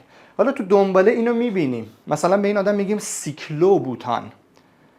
سیکلو بوتانه. یه ترکیباتی داریم به نام سیکلو آلکان. کلمه سیکلو به معنای حلقوی بودنه. ببین اینجا حلقه داریم. حلقه هم که میدونی، مثلا از یه نقطه من شروع کردم، این مربع بود دیگه. نگاه کن، اومدم برگشتم به همون نقطه، یه حلقه ایجاد شد. الان ببین حلقه میره تو دست من. ولی که میگه نه نمیره، میگم چرا؟ میگه مربع نمیره. بعد مثلا حلقه بعد حتما مثلا حلقه باشه. میگم IQ این تو دستت نمیره؟ میگه نه. میگم چرا نمیره؟ حلقه است دیگه. انگشتتو بکن توش، نمیره. میره دیگه. یکی میگه نه چون مربع نمیره. خب بزرگترش رو بگیری میره دیگه، خیالت راحته. درسته؟ بنابراین حلقه مثلا فرض ساده ترین حلقه اینه دیگه، نگاه مثلثه. از اینجا الان من شروع کردم، میرم برگشتم، این حلقه است، این حلقه است. پس به این آدما ما میگیم سیکلو آلکان. ببین پیوند کربناشون یگانه است، آلکانه رو میگیم باز. منتها چون حلقویان یه سیکلو هم پشتشون میاریم، میگیم سیکلو آلکان، در حالی که آلکان ها حلقوی نبودن. اوکی، حواست باید به این باشه. پس اون 10 نفر اولی که حفظ کردیم، متان، اتان، پروپان، بوتان، پنتان، هگزان، هپتان، اکتان، نونان، دکان، خب مختصاتشون معلوم شد. مثلا دکان 10 نفرن، پیوند بینشون یگانه است، حلقه ملقه نداریم، دوگانه سگانه نداریم، باشه؟ خب پس اینم که یعنی من و تو میتونیم مثلا کسی مثل هگزان رو به فرم‌های مختلفی نشون بدیم. اگه فرمولش رو می‌خواستیم بگیم که هیچ، ساختارش رو میتونیم یه ذره خلاصه تر نشون بدیم. حالا نگاه کن، دوباره میگم شیمی پر از همه چیزه. الان من به شما بگم هگزان، شما لبخند رو زدی. خب یعنی شما، منظورم کل کشور، همه بچه‌ها دانش آموزا هستن. پیش خودم فکر میکنم، میخوام سوال طراحی کنم، چیکار کنم خیلی به بچه‌ها خوش نگذره؟ میام یه تئوری از کتاب برمیدارم. مثلا توی کتاب درسیتون برای این آلکان 6 کربونه یعنی هگزان اشاره کرده کتاب درسیتون به رقیق کننده رنگ، تینر. وقتی این کلمه رو کتاب به کار برده، این باعث میشه که مثلا من طراح دیگه هگزان رو مستقیم نگم، چون هگزان بگم همه راحت میفهمن دیگه، آلکان 6 کربن است. پس وقتی من به شما اینا رو میگم، رونمایی میکنم، شما خوشحال باش. بعضی بچه‌ها میگن خوب شد آقا جانی سالار طرح نمیکنه.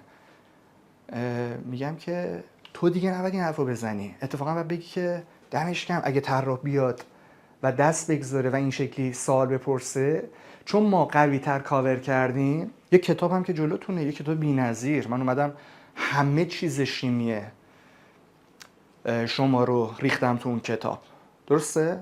حتی تئوری حفظی از متن کتاب درسی که شما رو بی‌نیاز کرده باشن از خوندن همین تئوری کتاب درسیتون.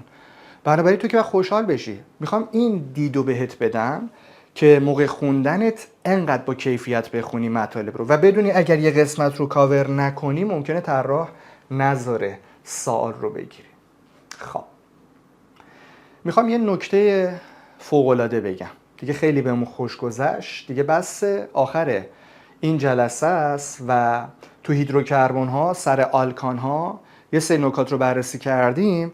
حالا میخوایم یه چند تا نکته، چه نکته‌ای رو سر آلکان ها با هم دیگه بررسی کنیم، مرور کنیم، بعد بریم آلکن و آلکین رو هم بررسی بکنیم، پرونده این قسمت و این جلسه رو ببندیم. تو قبلش یه کاوری بکنین اطلاعات رو، بعد من برم سراغ نکته چه نکته‌ای. بفرمایید. خب بریم سراغ نکته چه نکته‌ای. بریم. ببین عزیز من، اگه در مورد آلکان ها من این سوالات رو ازت بپرسم، میتونه برای تو توی تستا وجه تمایز باشه. یکی که فرمول عمومیشون شد که خب همه میگید آقا CN H 2 برابر به اضافه 2. ساده ترین آلکان هم که Nش 1 کربونه بود و متان بود دیگه که میشه CH4.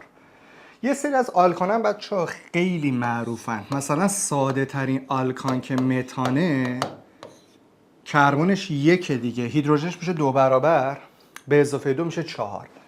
ولی ببین متان انقدر آدم معروفیه، فرمولش ازت بپرسیم بعدن هر جای شیمی سعی شما همتون میگه CH4. یه زایه است کسی بیاد مثلا اینجا بگه متان یه دونه کربن داره، هاشش میشه 2 برابر به اضافه 2، سری میگه CH4، مثل آب میمونه، سری میگه H2O. فکر نمی کنید متان هم همونه قصهش. یا مثلا اتان،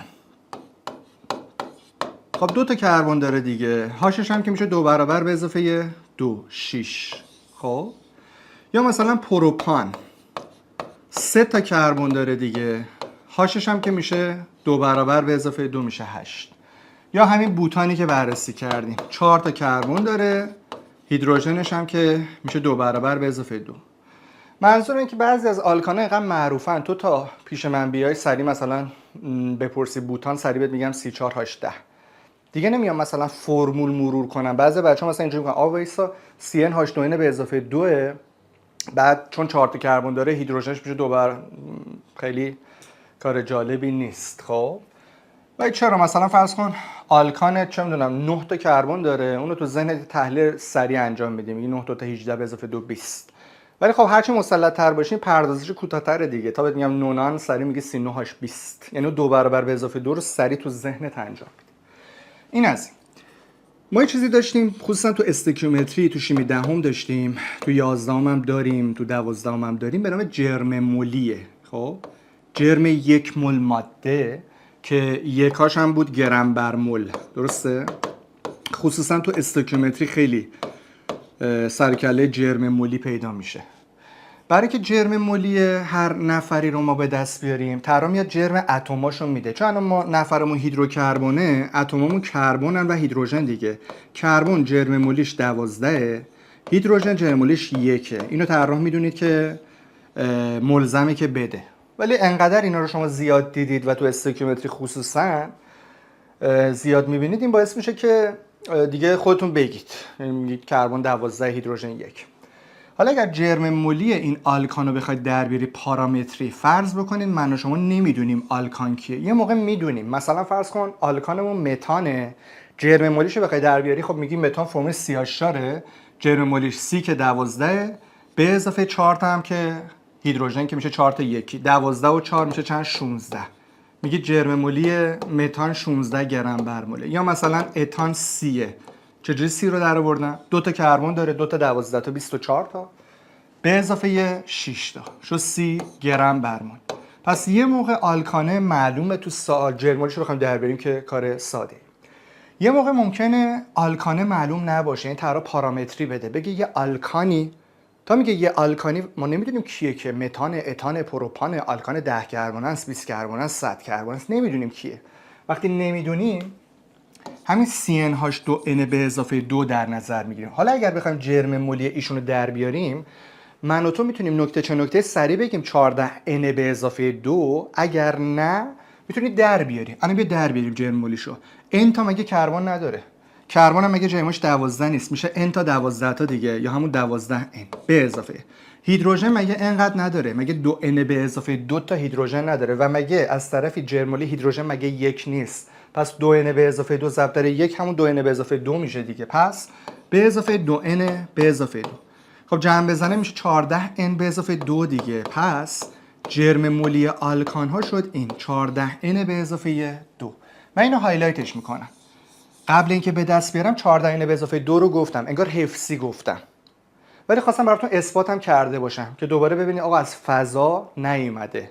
خب بچهای قوی ما میدونن که آلکان ها جرم مولیشون 14n به اضافه 2. این به عنوان یه نکته است. تو خیلی از تستا، تو خیلی از سوالات راه حل سوال همین 14n به اضافه 2. نکته چه نکته‌ای؟ سوال مهم. اگه از شما بپرسم که تعداد کل پیوندهای کووالنسی، اولا بچه‌ها میدونی که پیوند کووالنسی اسم دیگهش پیوند چیه؟ اشتراکیه. یه چیز دیگه هم بهش میگفتیم جفت الکترون پیوندی. هر کدوم از این خط‌هایی که ما بین اتم‌ها داشتیم، بین اتم‌های کربن کربن یا کربن هیدروژن، به هر کدوم از این خط‌ها ما میگیم پیوند کووالنسی یا پیوند اشتراکی، و یا بهش میگیم جفت الکترون پیوندی. چون میدونید از شیمی دهم که هر خط شامل 2 تا الکترونه، به خاطر میگن جفت الکترون، و چون منجر به تشکیل پیوند بین 2 تا اتم شده بهش میگن جفت الکترون پیوندی. پس 3 تا معادل شد دیگه، چه بگیم پیوند کووالنسی، چه بگیم پیوند اشتراکی، چه بگیم جفت الکترون پیوندی.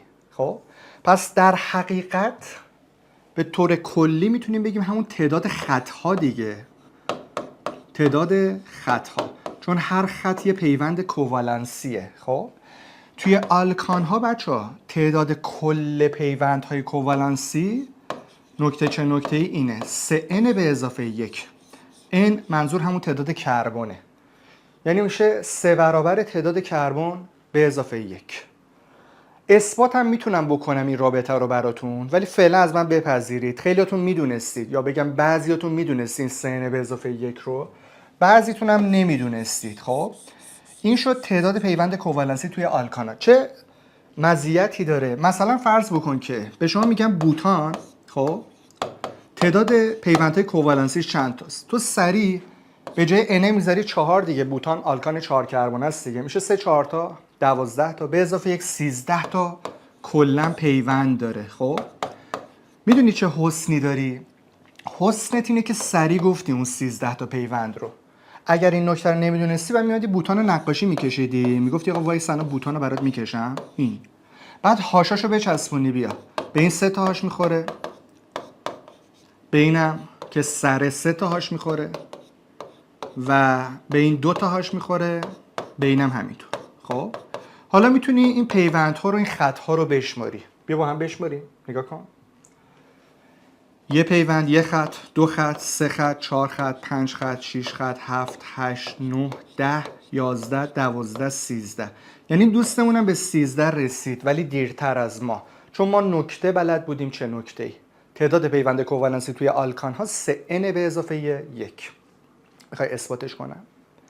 یادم بمونه آخر براتون اثباتش میکنم، چون اینو میخوام برای آلکن و برای آلکینم بگم، بس اثباتش رو اونجا با هم انجام بدم. ولی حالا کسی از شما اثبات که نمیخواد که، خوبه دیگه، نوش جونت، استفاده کن دیگه، دنبال چی؟ خب این یه نکته. چه نکته‌ای؟ حالا طراح شما رو محدود میکنه. الان شما کل پیوندها رو گفتی، میبینی تعداد کل پیوندها. پیوندهای ما یا CC هن، کربن کربن یگانه هن، یا CH هن، پیوند سومی دیگه نداریم دیگه، هیدروکربن ما آلکان دیگه، یا CC یگانه داریم یا CH داریم. خب حالا طراح میگه که تعداد پیوندهای CC رو فقط بگو، یعنی کربن کربن که حتما هم یگانه است دیگه چون نفرمون آلکانه. اگرم اینو بخوای جواب بدی، ببین الان مثلا تو بوتان تعداد CC اینه، یه دونه CC اینجا دارم، یه دونه اینجا دارم، 2 تا، یه دونه اینجا دارم، 3 تا. درسته؟ پس دیدی که توی بوتان که یه آلکان 4 کربن است، تعداد کربن کربن شد چند تا؟ 3 تا. بنابراین نکتهش اینه، میشه n منهای 1، یعنی از تعداد کربنت یه دونه کمتر، چون این 4 تا کربنت اومدن دست دادن تو دست هم دیگه. خب معلومه دیگه اگه پیوند بینشون CC رو ازت بپرسه، میشه یه دونه از تعداد کربن های کل کمتر، پس میشه n منهای 1. پس اگر مثلا پس فردا بهت بگم کسی مثل هگزان چند تا CC داره، تو سری میگی 5 تا. بهت میگم هپتان چند تا CC داره، تو سری میگی 6 تا. خیلی حال میکنی. چرا؟ چون نکته بلدی. نکته چه نکته‌ای؟ داری سری میگی. و اینا تو تست کنکور سراسری بچا استفاده شدند. خب یعنی اینجوری نیست بگی دل بخواه ولش کن آقا، مثلا سر جلسه میشینم میکشم. اوکی، حالا ممکنه اینجا کربن کم باشه ولی کربن زیاد باشه، این باعث میشه تایمت بره. بنابراین تو اولویت دیگه، تو کلاس هستی داری اوکی میدی، میبینی، تو خونه هم مرور میکنی، آماده تا جلسه بعد پا میشی میای. بنابراین همه اینا رو شما بلدی. من که الان کتاب نگاه نمیکنم که، جزوه نگاه نمیکنم که، برگه نگاه نمیکنم، از ذهنم دارم منتقل میکنم. جلسه بعد شما مثل منی، یعنی تخته رو بهت خالی بدم، میای تمام این مطالب رو بازگو میکنی. به خاطر این حتما مهمه که بعد کلاس وارد کتاب کلاستون بکنی که دوباره ذهنتو پردازش بکنه، جای یادت رفت یه تقلب ریزی بکن. من بهت این مجوز رو میدم. حالا طراح میگه باریکلا تعداد CC رو گفتی، حالا میگه تعداد پیوندهای CH رو بگو. میگه CC رو دیگه نمیخوام، CH ها رو میخوام. اگه این سوال ازت پرسیده بشه، خب جوابش بچه میشه به تعداد هیدروژن هات دیگه. به تعداد هیدروژن ها شما CH داری. ببخشید اگه مثلا من تو بوتان، همه ما میدونیم که بوتان C4H10 فرمولش رو راحت میگیم دیگه، طبق CnH2n به اضافه 2. ببخشید وقتی 10 تا هاش داره، این 10 تا هاش بدبخت به کی وصل میشن؟ به کربن وصل میشن دیگه، با پیوند یگانه. اینا دیگه، این هاشه به کربن وصل شد، این هاشه به کربن وصل شد، این هاشه به کربن وصل شد، این هاشه به کربن و پس اگر تعداد پیوند CH رو طراح داره ازت میپرسه، جوابش واضحه. هر میزان هیدروژن داشته باشی همون میزان پیوند HC داری یا بالعکس CH داری. اوکی؟ پس اینه یه نکته بدیهی بود، ولی اگر من و تو سر اینو فکر نکنیم تو کلاسمون تو خونمون، سر جلسه ممکنه همین چیزای ساده و بدیهی به کارمون یا به ذهنمون نیاد دیگه، مجبور بشیم بریم نقاشی بکشیم، تایم از دست بدیم. بنابراین من کار خوبی کردم. نگاه کن الان مثلا تو این بوتانه اگه کل پیوندها رو خواست میشه 3n به اضافه 1. بوتان nش 4 میشه 3 4 تا 12 به اضافه 13 تا کلا پیوند داره. یه موقع طراح کل پیوندها رو نمیخواد، جدا جدا میپرسه، میگه چند تا cc داره، چند تا ch داره. cc رو بپرسه میشه n منهای 1. بوتان مگه 4 نیست، n منهای 1 میشه چند تا 3 تا. پس اینجا 3 تا پیوند cc داشتیم. حالا اگر CH رو بپرسه شد به تعداد H دیگه. H رو مگه 10 تا نیست، پس میگه 10 تا پیوند چی داری؟ CH داری. حالا نگاه کن جمعش بازم میشه چند تا؟ 13 تا دیگه. 3 تا 10 تا 13 تا. 13 تا کلا پیوند داره. ما خیلی کار خوبی کردیم، هم کلش رو گفتیم، هم جدا جدا رو گفتیم، هم CC یگانه رو گفتیم، هم CH یگانه رو گفتیم در مورد آلکان ها. اوکی؟ پس اینا نکته چه نکته‌ای بودن؟ خب ما در مورد آلکان ها تا یه حد خوبی نکات رو ریختیم وسط براتون. خب یعنی از 0 تا 100 میشه این و نکته چه نکته رو کردیم. حالا بریم سراغ آلکن ها و بعد بریم سراغ آلکین ها. بچه ها آلکن ها باز اگه نگم همتون قریب به اتفاقتون میدونید که فرمول عمومیشون اینه CN H2N. فارسی حرف بزنی میگه آقا جون کربنمون هر چی باشه هاشمون چیه؟ 2 برابر. یارو آلکن باشه این رابطه توش برقراره CN H2N. و تو آلکین ها هم بگم، تو آلکین ها فرمول عمومی چی بود؟ CN H 2 برابر منهای 2. یعنی اگه طرف یه آلکین باشه کربنش هر چی باشه هیدروژنش میشه 2 برابر 2 تا کمتر باشه. فقط در مورد آلکن و در مورد آلکین بچه دقت به این نکته داشته باشید که توی آلکن ما پیوند دوگانه داریم، توی آلکین ما پیوند سه‌گانه داریم. درسته؟ توی آلکن وقتی میگیم ما پیوند دوگانه داریم حداقل مینیمم باید 2 تا کربن داشته باشیم تا من برم بینشون پیوند دوگانه بذارم. منظورم اینه، حرفم اینه، ما آلکن با یه دونه کربن نداریم. مثلا آلکن یک کربن وجود خارجی نداره. ببخشید الان من آلکن یه دونه کربن میشه باشم؟ مگه نباید دوگانه داشته باشم؟ خب یه دونه کربن بره با کی دوگانه بزنه؟ هاش که کلا بهش یگانه وصل میشه دیگه. درسته؟ حتی من داشتم می نوشتم اینجا گفتم دیگه، وقتی دوگانه رو گذاشتم گفتم کربن کربن دوگانه، ولی یه دونه داره، 10 تا نداره، 20 تا نداره. طرف آلکن باشه یه دونه دوگانه CC داره. اوکی؟ ما بقیشون یگانه. ولی بحثم الان این بود که تو آلکن ها، یعنی ساده ترین آلکن، مینیمم ترین حالت ممکن، باید 2 تا کربن باشه دیگه. الان همتون قبول دارید دیگه. آقا 2 تا کربن داشته باشم میتونم بینشون دوگانه بذارم، ولی یه دونه باشه چیکارش کنم؟ ندارم. به خاطر همین اینجا یه شرط میذارم، می‌نویسم n بزرگتر مساوی 2. البته نمیخواد برین حفظ کنی ها، فقط من برای تاکید نوشتم. وگرنه نه اینکه کتابتو برداری هی تکرار کنی n بزرگتر مساوی 2 بعد پس فردا بگی وای n بزرگتر مساوی چند بود. نه از من دارم با دست نشون میدم که 2 تا کربن باید باشم مینیمم که من بینشون دوگانه بکارم. تو آلکینا هم همینطور، پیوند سه‌گانه مگه نداری؟ باید مینیمم 2 نفر باشن که من پیوند سه‌گانه رو این وسط بکارم. اوکی؟ پس ما آلکین یک کربونه هم نداریم. پس اینجا هم شرط رو میذارم n بزرگتر مساوی 2. تو نامگذاری بچه اگه آلکان آخر اسمش آنه، اگه آلکن آخر اسمش انه، اگه آلکین آخر اسمش اینه، یعنی انگار شما تو شیمی بعضی وقتا اسامی رو میبینید پی میبرید که طرف عضو چه خانواده ایه. مثلا شما میگم متان، اتان، پروپان، بوتان، پنتان، اصلا دارن داد میزنن ما آلکانیم. حالا همونو اگر بخوام بشن آلکن، اون آنه رو باید بکنی ان. مثلا اتان میشه اتن، یعنی اتان یعنی من یه آلکان دو کربنم، دو بود دیگه اتان. اتن یعنی من آلکن دو کربنم. اتین یعنی من آلکین دو کربنم. جز اینه. پروپان میشه آلکان سه کربن. خود داریم که پروپان، اون آن آخرش داد میزنه و 3 تا کربن بوده، 10 تا آلکان اول مگه حفظ نکردیم؟ متان، اتان، پروپان. حالا اگه بهت بگم پروپن، خودت داری آخرش میگه ان دیگه، یعنی آلکنه 3 کربن است. میگی پروپین یعنی آلکینه 3 کربنه. مثلا میگه بوتان، بوتن، بوتین. بوتان میشه آلکان 4 کربنه. بوتن میشه آلکنه 4 کربنه. بوتین میشه آلکینه 4 کربنه. میبینی؟ پس اون 10 تا آلکانو که حفظ کردیم توی آلکن و توی آلکین هم تکرار میشه. فقط اون آن آخرشون اگه آلکن باشه میشه ان، اگه آلکین باشه میشه این. فقط یه چیز دقت کن، اگه ما تو آلکان ها متان داریم، یعنی آلکان 1 کربن متانه، متن یا متین نداریم. گفتم دیگه آلکن یا آلکین 1 کربنه نداریم.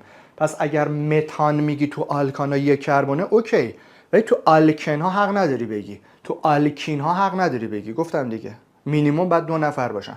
پس متان داریم، مثلا متن نداریم، متین مثلا نداریم، یه همچه اسمایی نداریم. متین، متن، اوکی. ولی اتان داریم، اتن داریم، اتین داریم، پروپان داریم، پروپن داریم، پروپین داریم، بوتان داریم، بوتن داریم، بوتین داریم. این هم که تکرار بود، حالا گفتم یه تأکیدی کرده باشم وگرنه همه تو اینا رو میدونستیم. در مورد آلکن ها و آلکین ها هم بچه اینجا فضایی دارم کفایت میکنه، یه چند تا حرف بزنیم با هم و جلسه رو ببندیم. شما رو تنهاتون بذاریم با کتابتون، برید حال بکنید باهاش. آلکن ها فرمول عمومیشون شد CnH2n.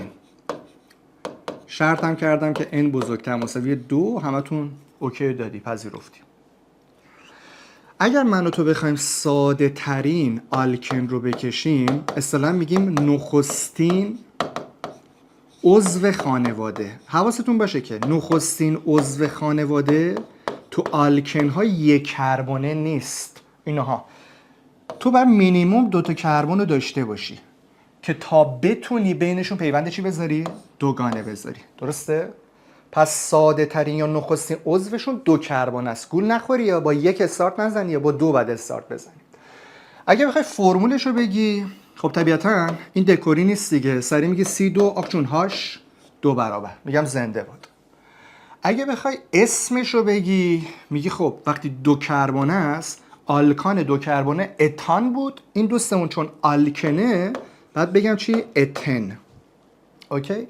پس این شد اسمش، این شد فرمولش، این شد کامنتش، وصفش، نخستین عضو خانواده آلکن ها. یه اسم قدیمی هم داره اتن، هست اتیلن. پس ببین طراح ممکنه دلش بخواد به شما تو سوال بگه اتن، ممکنه دلش بخواد به شما بگه اتیلن.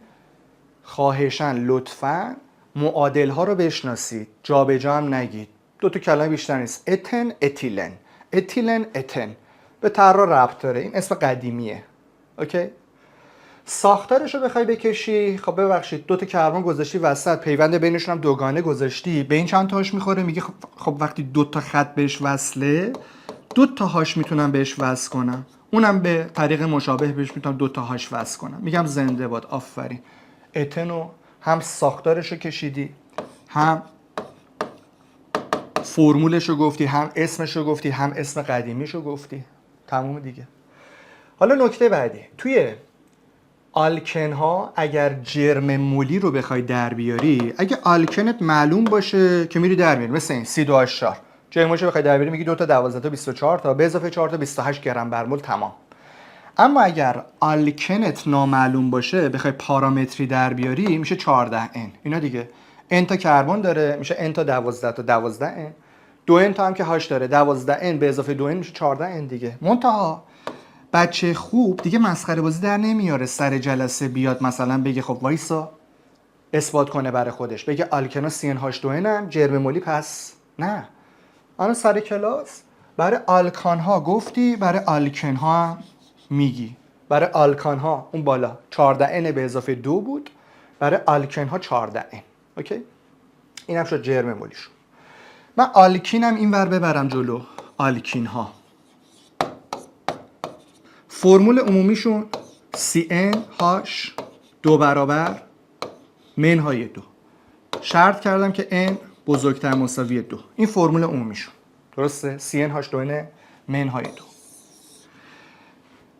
اگر که جرم مولیشون رو بخوای بگی، میتونی با اثبات بگی، میتونی بی اثبات. دوست داری بشین خودت حساب کن، من دیگه مستقیم می‌نویسم. 14n منهای 2 شد. خب بخوایم به دست بیاری میتونی. پس جرم مولی آلکین ها شد 14N منهای 2. حالا جمع‌بندی خوب بهتون بدم حال کنید. نگاه کن. اگر که ما 3 نفر مهم رو الان داریم بررسی میکنیم، جرم مولیشون رو، آلکان شد 14N به اضافه 2. آلکن میشه 14N. آلکین میشه 14N منهای 2. این کمک من به شما. وقتی اینا رو کنار هم می‌نویسم راحت تر تو ذهنت ثبت میشه، حک میشه. 14N به اضافه 2 آلکان، 14N آلکن، 14N منهای 2 آلکین. میخوای یاد بمونه دو تا هی کم میشه. نگاه کن. 14N به اضافه 2 14N 14N منهای 2 هی دو تا کم شد. باشه؟ بنابراین این میشه جرم مولی توی این 3 تا خانواده یا 3 تا دسته سرشناسی که تو شروع شیمیالی رفتیم سراغشون. بعد اینکه توی آلکین ها اگه ازت بپرسم ساده ترین یا نخستین آلکین نفر اول خانواده، بازم میگی که آقا حداقل باید 2 تا کربن باشه دیگه. یعنی ما یه دونه کربن نمیتونیم آلکین داشته باشیم، مینیمم باید 2 تا کربن باشه تا ما بینشون پیوند چی بکاریم؟ سگانه بکاریم، چون آلکینه دیگه، پیوند سگانه داره. و اگر بپرسم هیدروژن رو وصل کن، میگه خب به این 3 تا خط وصله اینجا داره که یه دونه هاش بخوره، اینم همینطور بعد یه دونه هاش بخوره. خب بنابراین ساختارش رو کشیدی. فرمولش رو بخوای بگی، خب میتونی از این استفاده کنی دیگه. دکوری که نبود که، اتین دیگه، آلکین 2 کربن است. خب 2 تا کربن داره، هاش میشه 2 برابر 4 منهای 2، بازم شد 2. میتونم تقلب کنی دیگه. نه ساختارش رو کشیدی، 2 تا کربن داره، 2 تا هاش داره، C2H2. درسته؟ خب اگه اسمش رو بخوای بگی، گفتم دیگه اتین بهش میگی دیگه، چون آلکان 2 کربنه مگه اسمش اتان نبود؟ این بابا ولی چون آلکینه اون آنه رو باید بکنی این دیگه، پس میشه اتین. اینم که شد اسمش، نامش اتین. یه اسم قدیمی هم داره، استیلن. بچه‌ها کلمات رو هم درست اسپل کنید. خب مثلا استیلن، یکی میگه استیلن، یکی میگه استیلن. خب بعدا میرید دانشگاه مثلا کلمه رو میگی، استاد نگه از کجا فرار کرده. خب میگه دبیرستان بعد چیکار میکنی؟ یا مثلا خواهی داروخونه دارویی بگیری، این کلمه ها رو باید درست ادا کنی دیگه. بنابراین یه سری اسم هایی که تو شیمی هستن رو تو دبیرستان دارید میبینید، مثلا اتن اتیلن بود، اتین استیلن. اینجا متاسفانه بعضی از بچه‌ها، کم از بچه‌ها البته، امیدوارم شما جزو اون دسته نباشید، جابجا میگم عزیز من 2 تا نفرن کلا، اتن اتیلن، اتین استیلن. اگه من اینا رو بخوام برعکس بگم، جابجا بگم، که خیلی کار ضایعیه، به خاطر اینکه کلی بحث تو شیمی ما داریم. تو شیمیالی تو شروعش هستیم، جلسه اولش هستیم، بخوام اینا جابجا بگم که تو دنباله دچار مشکل میشم. بنابراین تکرار دیگه، مروره. یه سریتون بلدید هیچ وقت اشتباه نمی‌کنید، زنده باد. الان با هم دیگه مرور کردید، تثبیت شد. دوباره حالا یه مرور سریع انجام میدید. یه سری ممکنه نه نیاز باشه مرور کنن، فردا، پس فردا، هی این کارو بکن که جابجا نگی، اشتباه نگی، چون ضایع است. و انتظار من شما اینه که بتونید سریع بگی اتن اتیلن، اتین استیلن. خب بعد انقدر این آدم سرشناسیه، من ساختارش رو کشیدم، فرمولش رو در آوردم. برای اتن C2H4، سریع همون CnH2n دیگه. برای اتین C2H2. اگه اتان بود نفرتون میشه C2H6 دیگه. اتان آلکان دو کربن است، هاشش میشه 2 برابر به اضافه 2 میشه C2H6. میخوام اینو بهت بگم که اینایی که الان رنگ کردم هایلایت کردم مثل آب میمونن. یعنی کسی به من بگه اتن، من نمیام بگم استوب همه وایسید حضار محترم آلکن ها CnH2 نن، اتن چون دو تا کربن داره پس هاشش میشه 4C2H4.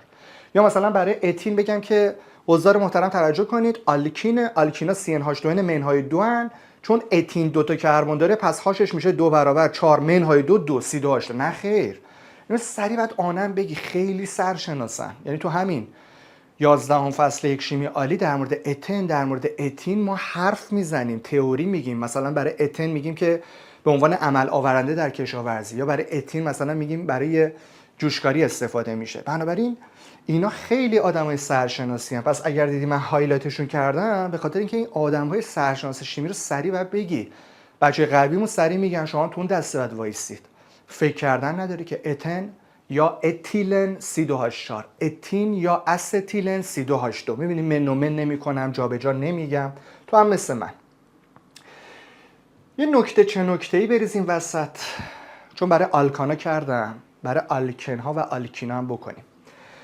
اگر که تعداد کل پیوندها پرسیده بشه، بچه کل پیوندها یعنی تعداد کل خطها. ما دوگانه رو 2 تا پیوند میشماریم دیگه، 2 تا خط دیگه، درسته؟ بنابراین مثلا اینجا بهت بگم چند تا پیوند داره، میگی یه دونه، 2 تا، 3 تا، 4 تا، 5 تا، 6 تا. اگر بخوای تستی بگی تو آلکانا گفتی تعداد کل پیوندها تو آلکانا شد چقدر؟ 3n به اضافه 1. هنوز اون بالا ردش هست، نگاه کن. 3n به اضافه 1 تو آلکان ها. اگر بخوای تو آلکن ها تستی بگی همین سوال رو، میشه 3n. میشه 3n. مثلا نگاه کن، الان همین دوستمون شمردن دیگه، 6 تا خط داری میبینی، 6 تا پیوند داری میبینی دیگه. از این 3n هم میتونستی بگی.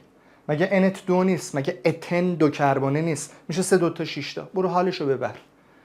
یکی میگه نه خب میکشم. اوکی، اینو میتونی راحت بکشی، سریع بکشی، ولی اگه من هی کربونا رو بیشتر بکنم کشیدنت باعث میشه تایمت بیشتر بره. درسته؟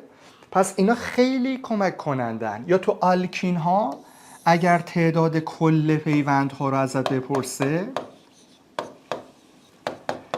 میخوای سریع بگی بیا 3n منهای 1.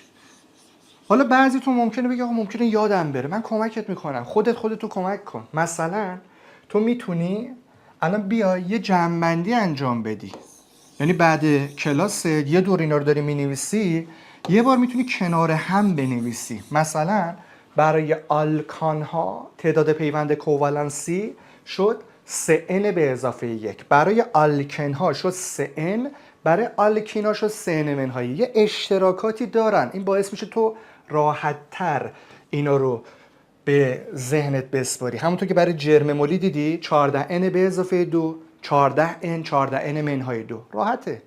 برای تعداد کل پیوند هم 3n به اضافه 1، 3n منهای 1. اوکی، پس یک کناری میتونی یه جمع‌بندی هم بکنی، کنار هم بنویسی، باعث بشه که تو ذهنت بیشتر بمونه.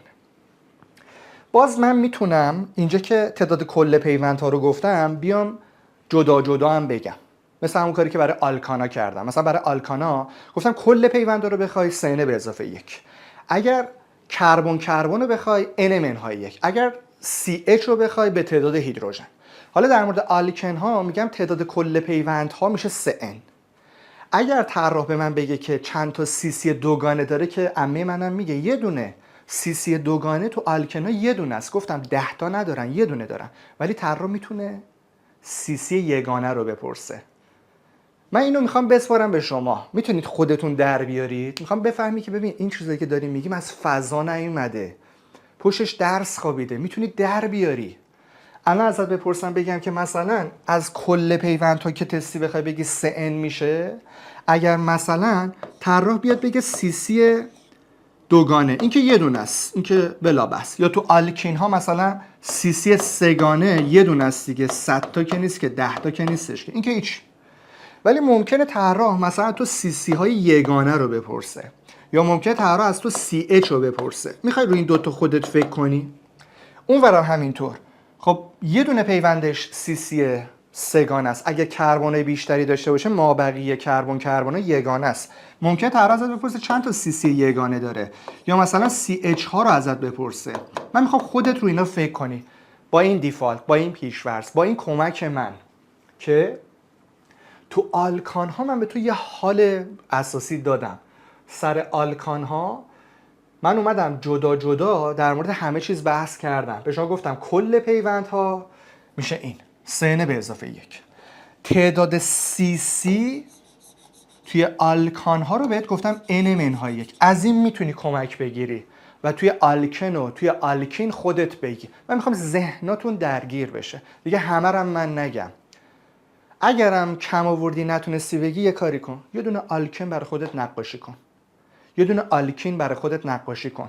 خب اگه نتونستی بگی یکی دو تا بکشی دستت میاد. مثلا فرض کن یه آلکن میخوای نقاشی کنی، بیا مثلا یه آلکن بکشم برای 4 تا کربن داشته باشه. 4 تا کربن یعنی آلکان دیگه، چون پیونده یگانه است. اگه بخوام آلکن بشه باید دوگانه داشته باشم، باید یه دوگانه داشته باشم. حالا دوگانش کجاست؟ ممکنه تو اینجا بذاری، یعنی بین این اولی دومی. یه دوستت اینجا بذاره، یعنی اونم اومده بین اولی دومی. فرقی نمیکنه چه من اولی دومیه این ور بذارم چه اولی دومی اون ور بذارم. ولی یه دوستت ممکن رو وسط بذاره، اونجا فرق میکنه. در حالت کلی مهم نیستا. یعنی اگر شما یه دونه دوگانه بذاری یارو رو کردی آلکن. خب بعداً با هم بحث میکنیم که محل پیوند دوگانه کجا باشه مهمه. فعلا چون مهم نیست من یکیشو میکنم دوگانه به دلخواه. خب الان داریم میبینی یه دونه CC دوگانه داره. حالا CC یگانه چند تا داره؟ CH چند تا داره؟ اچاشو بچسبون. میخوام خودت فکر کنی در بیاری. منتها اگر خیلی مسلط باشی، درسه قشنگ نشسته باشه تو ذهنت و یه بیسی هم از قبل داشته باشی، بدون نقاشی کردن از اون چیزی که برای آلکان ها گفتم میتونی کمک بگیری. من تو آلکان ها بهت گفتم مثلا بذار کمکت کنم. آلکانم اگه مثلا 4 تا کربن داره، CC یگانه میشه یه دونه کمتر، میشه 3 تا. گفتم یا نگفتم؟ گفتم n منهای 1 دیگه. خودمونیش یعنی اگه مثلا ما 6 تا کربنیم، CC مون چند تاست؟ یه دونه کمتر، 5 تا. از همون کمک بگیر و CC یگانه رو توی آلکن یا توی آلکین بگو. یه خیلی کمکتون کردم. ولی با این حال بازم گفتم آقا اگه بازم نتونستی زورتو زدی یه نقاشی بکش، 2 تا نقاشی بکش، خودت کشفش میکنی رابطه رو. ولی دلم میخواد نگم، دلم میخواد ذهنای شما درگیر بشه که بفهمید. فکر نکنید اینا حفظیه، مثلا آقا جانی رو ریخت وسط ما بعدن چه چالشی داریم برای حفظ کردنش. نه عزیز من، پشت اینا همش درس خوابیده. به خاطر همین میتونی خیلی راحت در بیاری و میتونه برات یه وجه تمایز باشه دیگه، اینا یه وجه تفاوت باشه نسبت به بچهای دیگه چی بگم بعدش با هم خداحافظی کنیم؟ به به جلسه 1 بود و کلی نکته ریختیم وسط. اولا یه اثبات بهتون قول دادم که بگم. ببین تعداد پیوندها توی این 3 تا خانواده‌ای که بررسی کردیم، یعنی آلکان، آلکن و آلکین، خب به ترتیب شد 3n به اضافه 1 شد 3n شد 3n منهای 1. درسته؟ حسن ختام جمع بندی اینا رو سریع میتونی در واقع خلاصه نویسی بکنی دیگه. 3n به اضافه 1 تو آلکان ها، 3n تو آلکن ها، 3n منهای 1 توی آلکین ها. خب ببین اگر شما بخواید پیوندهای کووالنسی رو در بیارید کلاً به طور کلی تو افراد یه سری نکات وجود داره. مثلا یکی از نکته های مهم اینه که حالا این تو جای دیگه شیمی و خود شیمیایی هم حضور داره. مثلا تعداد پیوندهای کووالنسی یکی از راه‌هایی که احتمالا خیلی از شما میشناسید اینه. میگیم نسبت خط کسری تعداد کربن ضرب در 4. تعداد کربن ضرب دیدی به کربن ها 4 تا خط وصل میشه. به اضافه تعداد هیدروژن ضرب در 1 مجموع تقسیم بر 2. این یه راه آشناییه برای خیلیاتون و حالا ادامه هم داره. مثلا اکسیژن داشته باشه ضرب در 2، نیتروژن داشته باشه ضرب در 3. ولی چون ما الان اختصاصی در مورد هیدروکربن بحث میکنیم، من فقط کربن و هیدروژن آوردم تو بحثمون. خب بنابراین این یه رابطه که ما به کمکش میتونیم تعداد پیوندهای کوالنسی یا اشتراکی رو در بیاریم. خب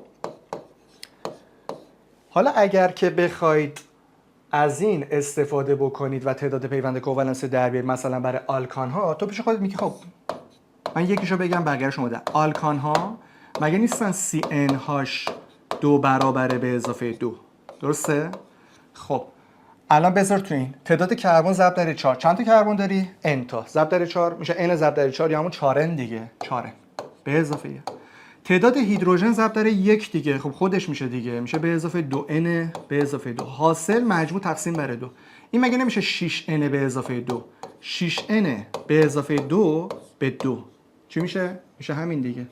میشه 3n به اضافه 1. اوکی. حالا همینو برای آلکن که میشه CnH2n و برای آلکین که میشه CnH2n منهای 2 بکاری به این سه تا میرسی. ولی کی از شما اثبات خواست؟ شما سریع بگو بریم. آلکان 3n به اضافه 1، آلکن 3n، آلکین 3n منهای 1. یه چیزم بگم و این جلسه رو ببندم و برید خفن کار کنید آماده برای بحث بعدی. و اون اینه، ما الان 3 تا خانواده رو بررسی کردیم: آلکان و آلکن و آلکین. چون اختصاصی تو فصل 1 11 بررسی شدن، نیاز بود که ما نکاتشون رو بلد باشیم.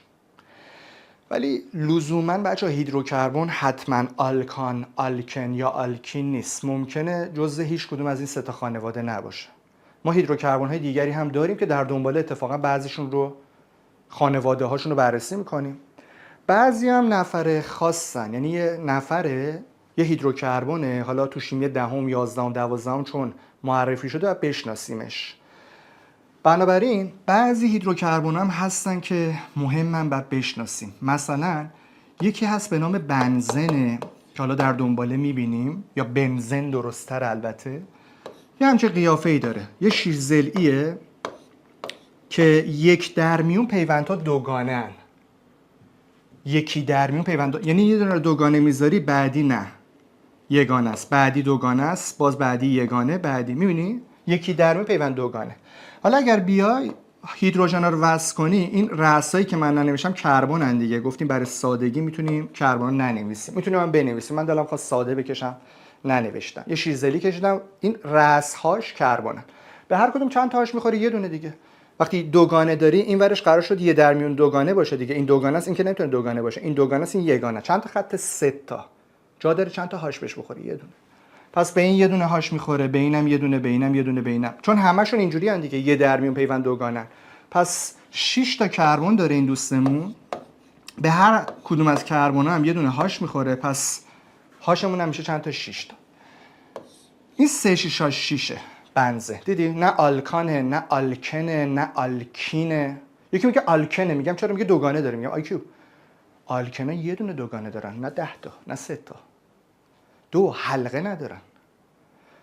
اینو باید چیکار کنی؟ هیچ. هم باید ساختارشو بشناسی، یعنی قیافه یارو رو باید بشناسی، و همین که فرمولشو بلد باشی. یعنی من به عنوان طراح میتونم ساختارشو بپرسم ازت، میتونم فرمولشو بپرسم. در هر حال ایشون هم هیدروکربونه و از اینا ما بازم داریم تو شیمی و بشناسیمشون. حالا من چند تاش رو باتون دارم مرور میکنم. مثلا ما یه نفری داریم به نام گریس، یه نفری داریم به نام وازلین، یه نفری داریم به نام بنزین. اولا بنزین با بنزین فرق میکنه. خب مثلا بنزین فرمولش اینه C8H18 به طور میانگین، یعنی مخلوط از هیدروکربن هاست. به طور میانگین کتابتون فرمول C8H18 رو ارائه کرده. هیدروکربن دیگه، جز کربن و هیدروژن کسی که نمیبینی که هیدروکربن. یا مثلا گریس و وازلین، گریس C18 هاشش هم 38. فرمول تقریبیش اینه. وازلین هم فرمول تقریبیش اینه C25 هاش 52. برای اینکه یادتون بمونه الان من حفظی نوشتم، یعنی نگاه کن 3 تا یا 4 تا آدمو انداختم وسط، هیدروکربنن، شما توشون کربن و هیدروژن میبینید و فرمولاشون رو میباید حفظ باشید. پس ببین ما ورود کردیم به هیدروکربن‌ها، ولی الزاما ممکنه هیدروکربن آلکان آلکن آلکین نباشه. ما تو شروع اومدیم این 3 تا خانواده رو 3 تا دسته رو نکاتش رو ریختیم وسط، ولی ما هیدروکربن های دیگری هم داریم. اوکی؟ پس هر اون چیزی که تو این جلسه بهتون منتقل کردم بعد خدا باشه. الان ممکنه بعضیتون بنزین رو میشناختید، بعضی نمیشناختید. از جلسه بعد باید همتون بشناسید. بهتون میگم فلانی بنزین چه شکلیه، میگه آقا این شکلیه، یه شیزدلی 1 درهم پیوند دوگانه. فرمولش چیه؟ سری میگه 36. بنزین 38 تا 16. گریس وازلین. یه کمکی در مورد این 3 نفر بچه. اینا شبیه آلکانا هم فرمولاشون، نگاه کن. یعنی که شما کربناشون رو بلد باشید، من خیالم راحته. هیدروژنش رو اتوماتیک میگی. اصلا نمیخواد هیدروژنش رو حفظ کنی. مثل آلکانا که میگفتی هیدروژن میشه 2 برابر به اضافه 2. نگاه کن بنزین رو میگی 38. هاشش میشه 2 برابر 16 به اضافه 2 18. اوکی؟ گریس 30 18. هاش میشه 2 برابر 36 به اضافه 2 38. وازلین 30 25. هاش 2 برابر 50 به اضافه 2 52. پس برای گریس و برای وازلین و برای بنزین کجاش مهمه بلد باشی؟ کربناش. پس من برای شما کربناشون رو هایلایت میکنم. دیگه سر هیدروژنش دغدغه ندارید. سری میگید. مثل آلکانا میگید 2 برابر به اضافه 2 میگید. اما بنزین 38، گریس 18، وازلین 25، اینا باعث میشه تو فرمولشو بگی و باعث میشه یه سری فرمولشو نگن. تو وایسا تو دسته بچه قوی. اینا بایدیه. اگه نگیم من برم تو دنباله بخوام تست بزنم، تو با من نمیتونی همراه باشی. اوکی؟ پس قشنگ فول پوشش بده. پس یه عده هیدروکربن دیگر رو هم ریختم براتون وسط. و حرف آخر خداحافظ. توی آلکان و آلکن و آلکین، خب دیدی فرمول عمومی ها رو نوشتیم، اینا هاشن دیگه. آلکان CnH2n به اضافه 2، آلکن CnH2n، آلکین CnH2n منهای 2. اگه گفتی چه تفاوتی داریم میبینیم، هی دوتا کم میشه. CnH2n به اضافه 2، CnH2n منهای 2.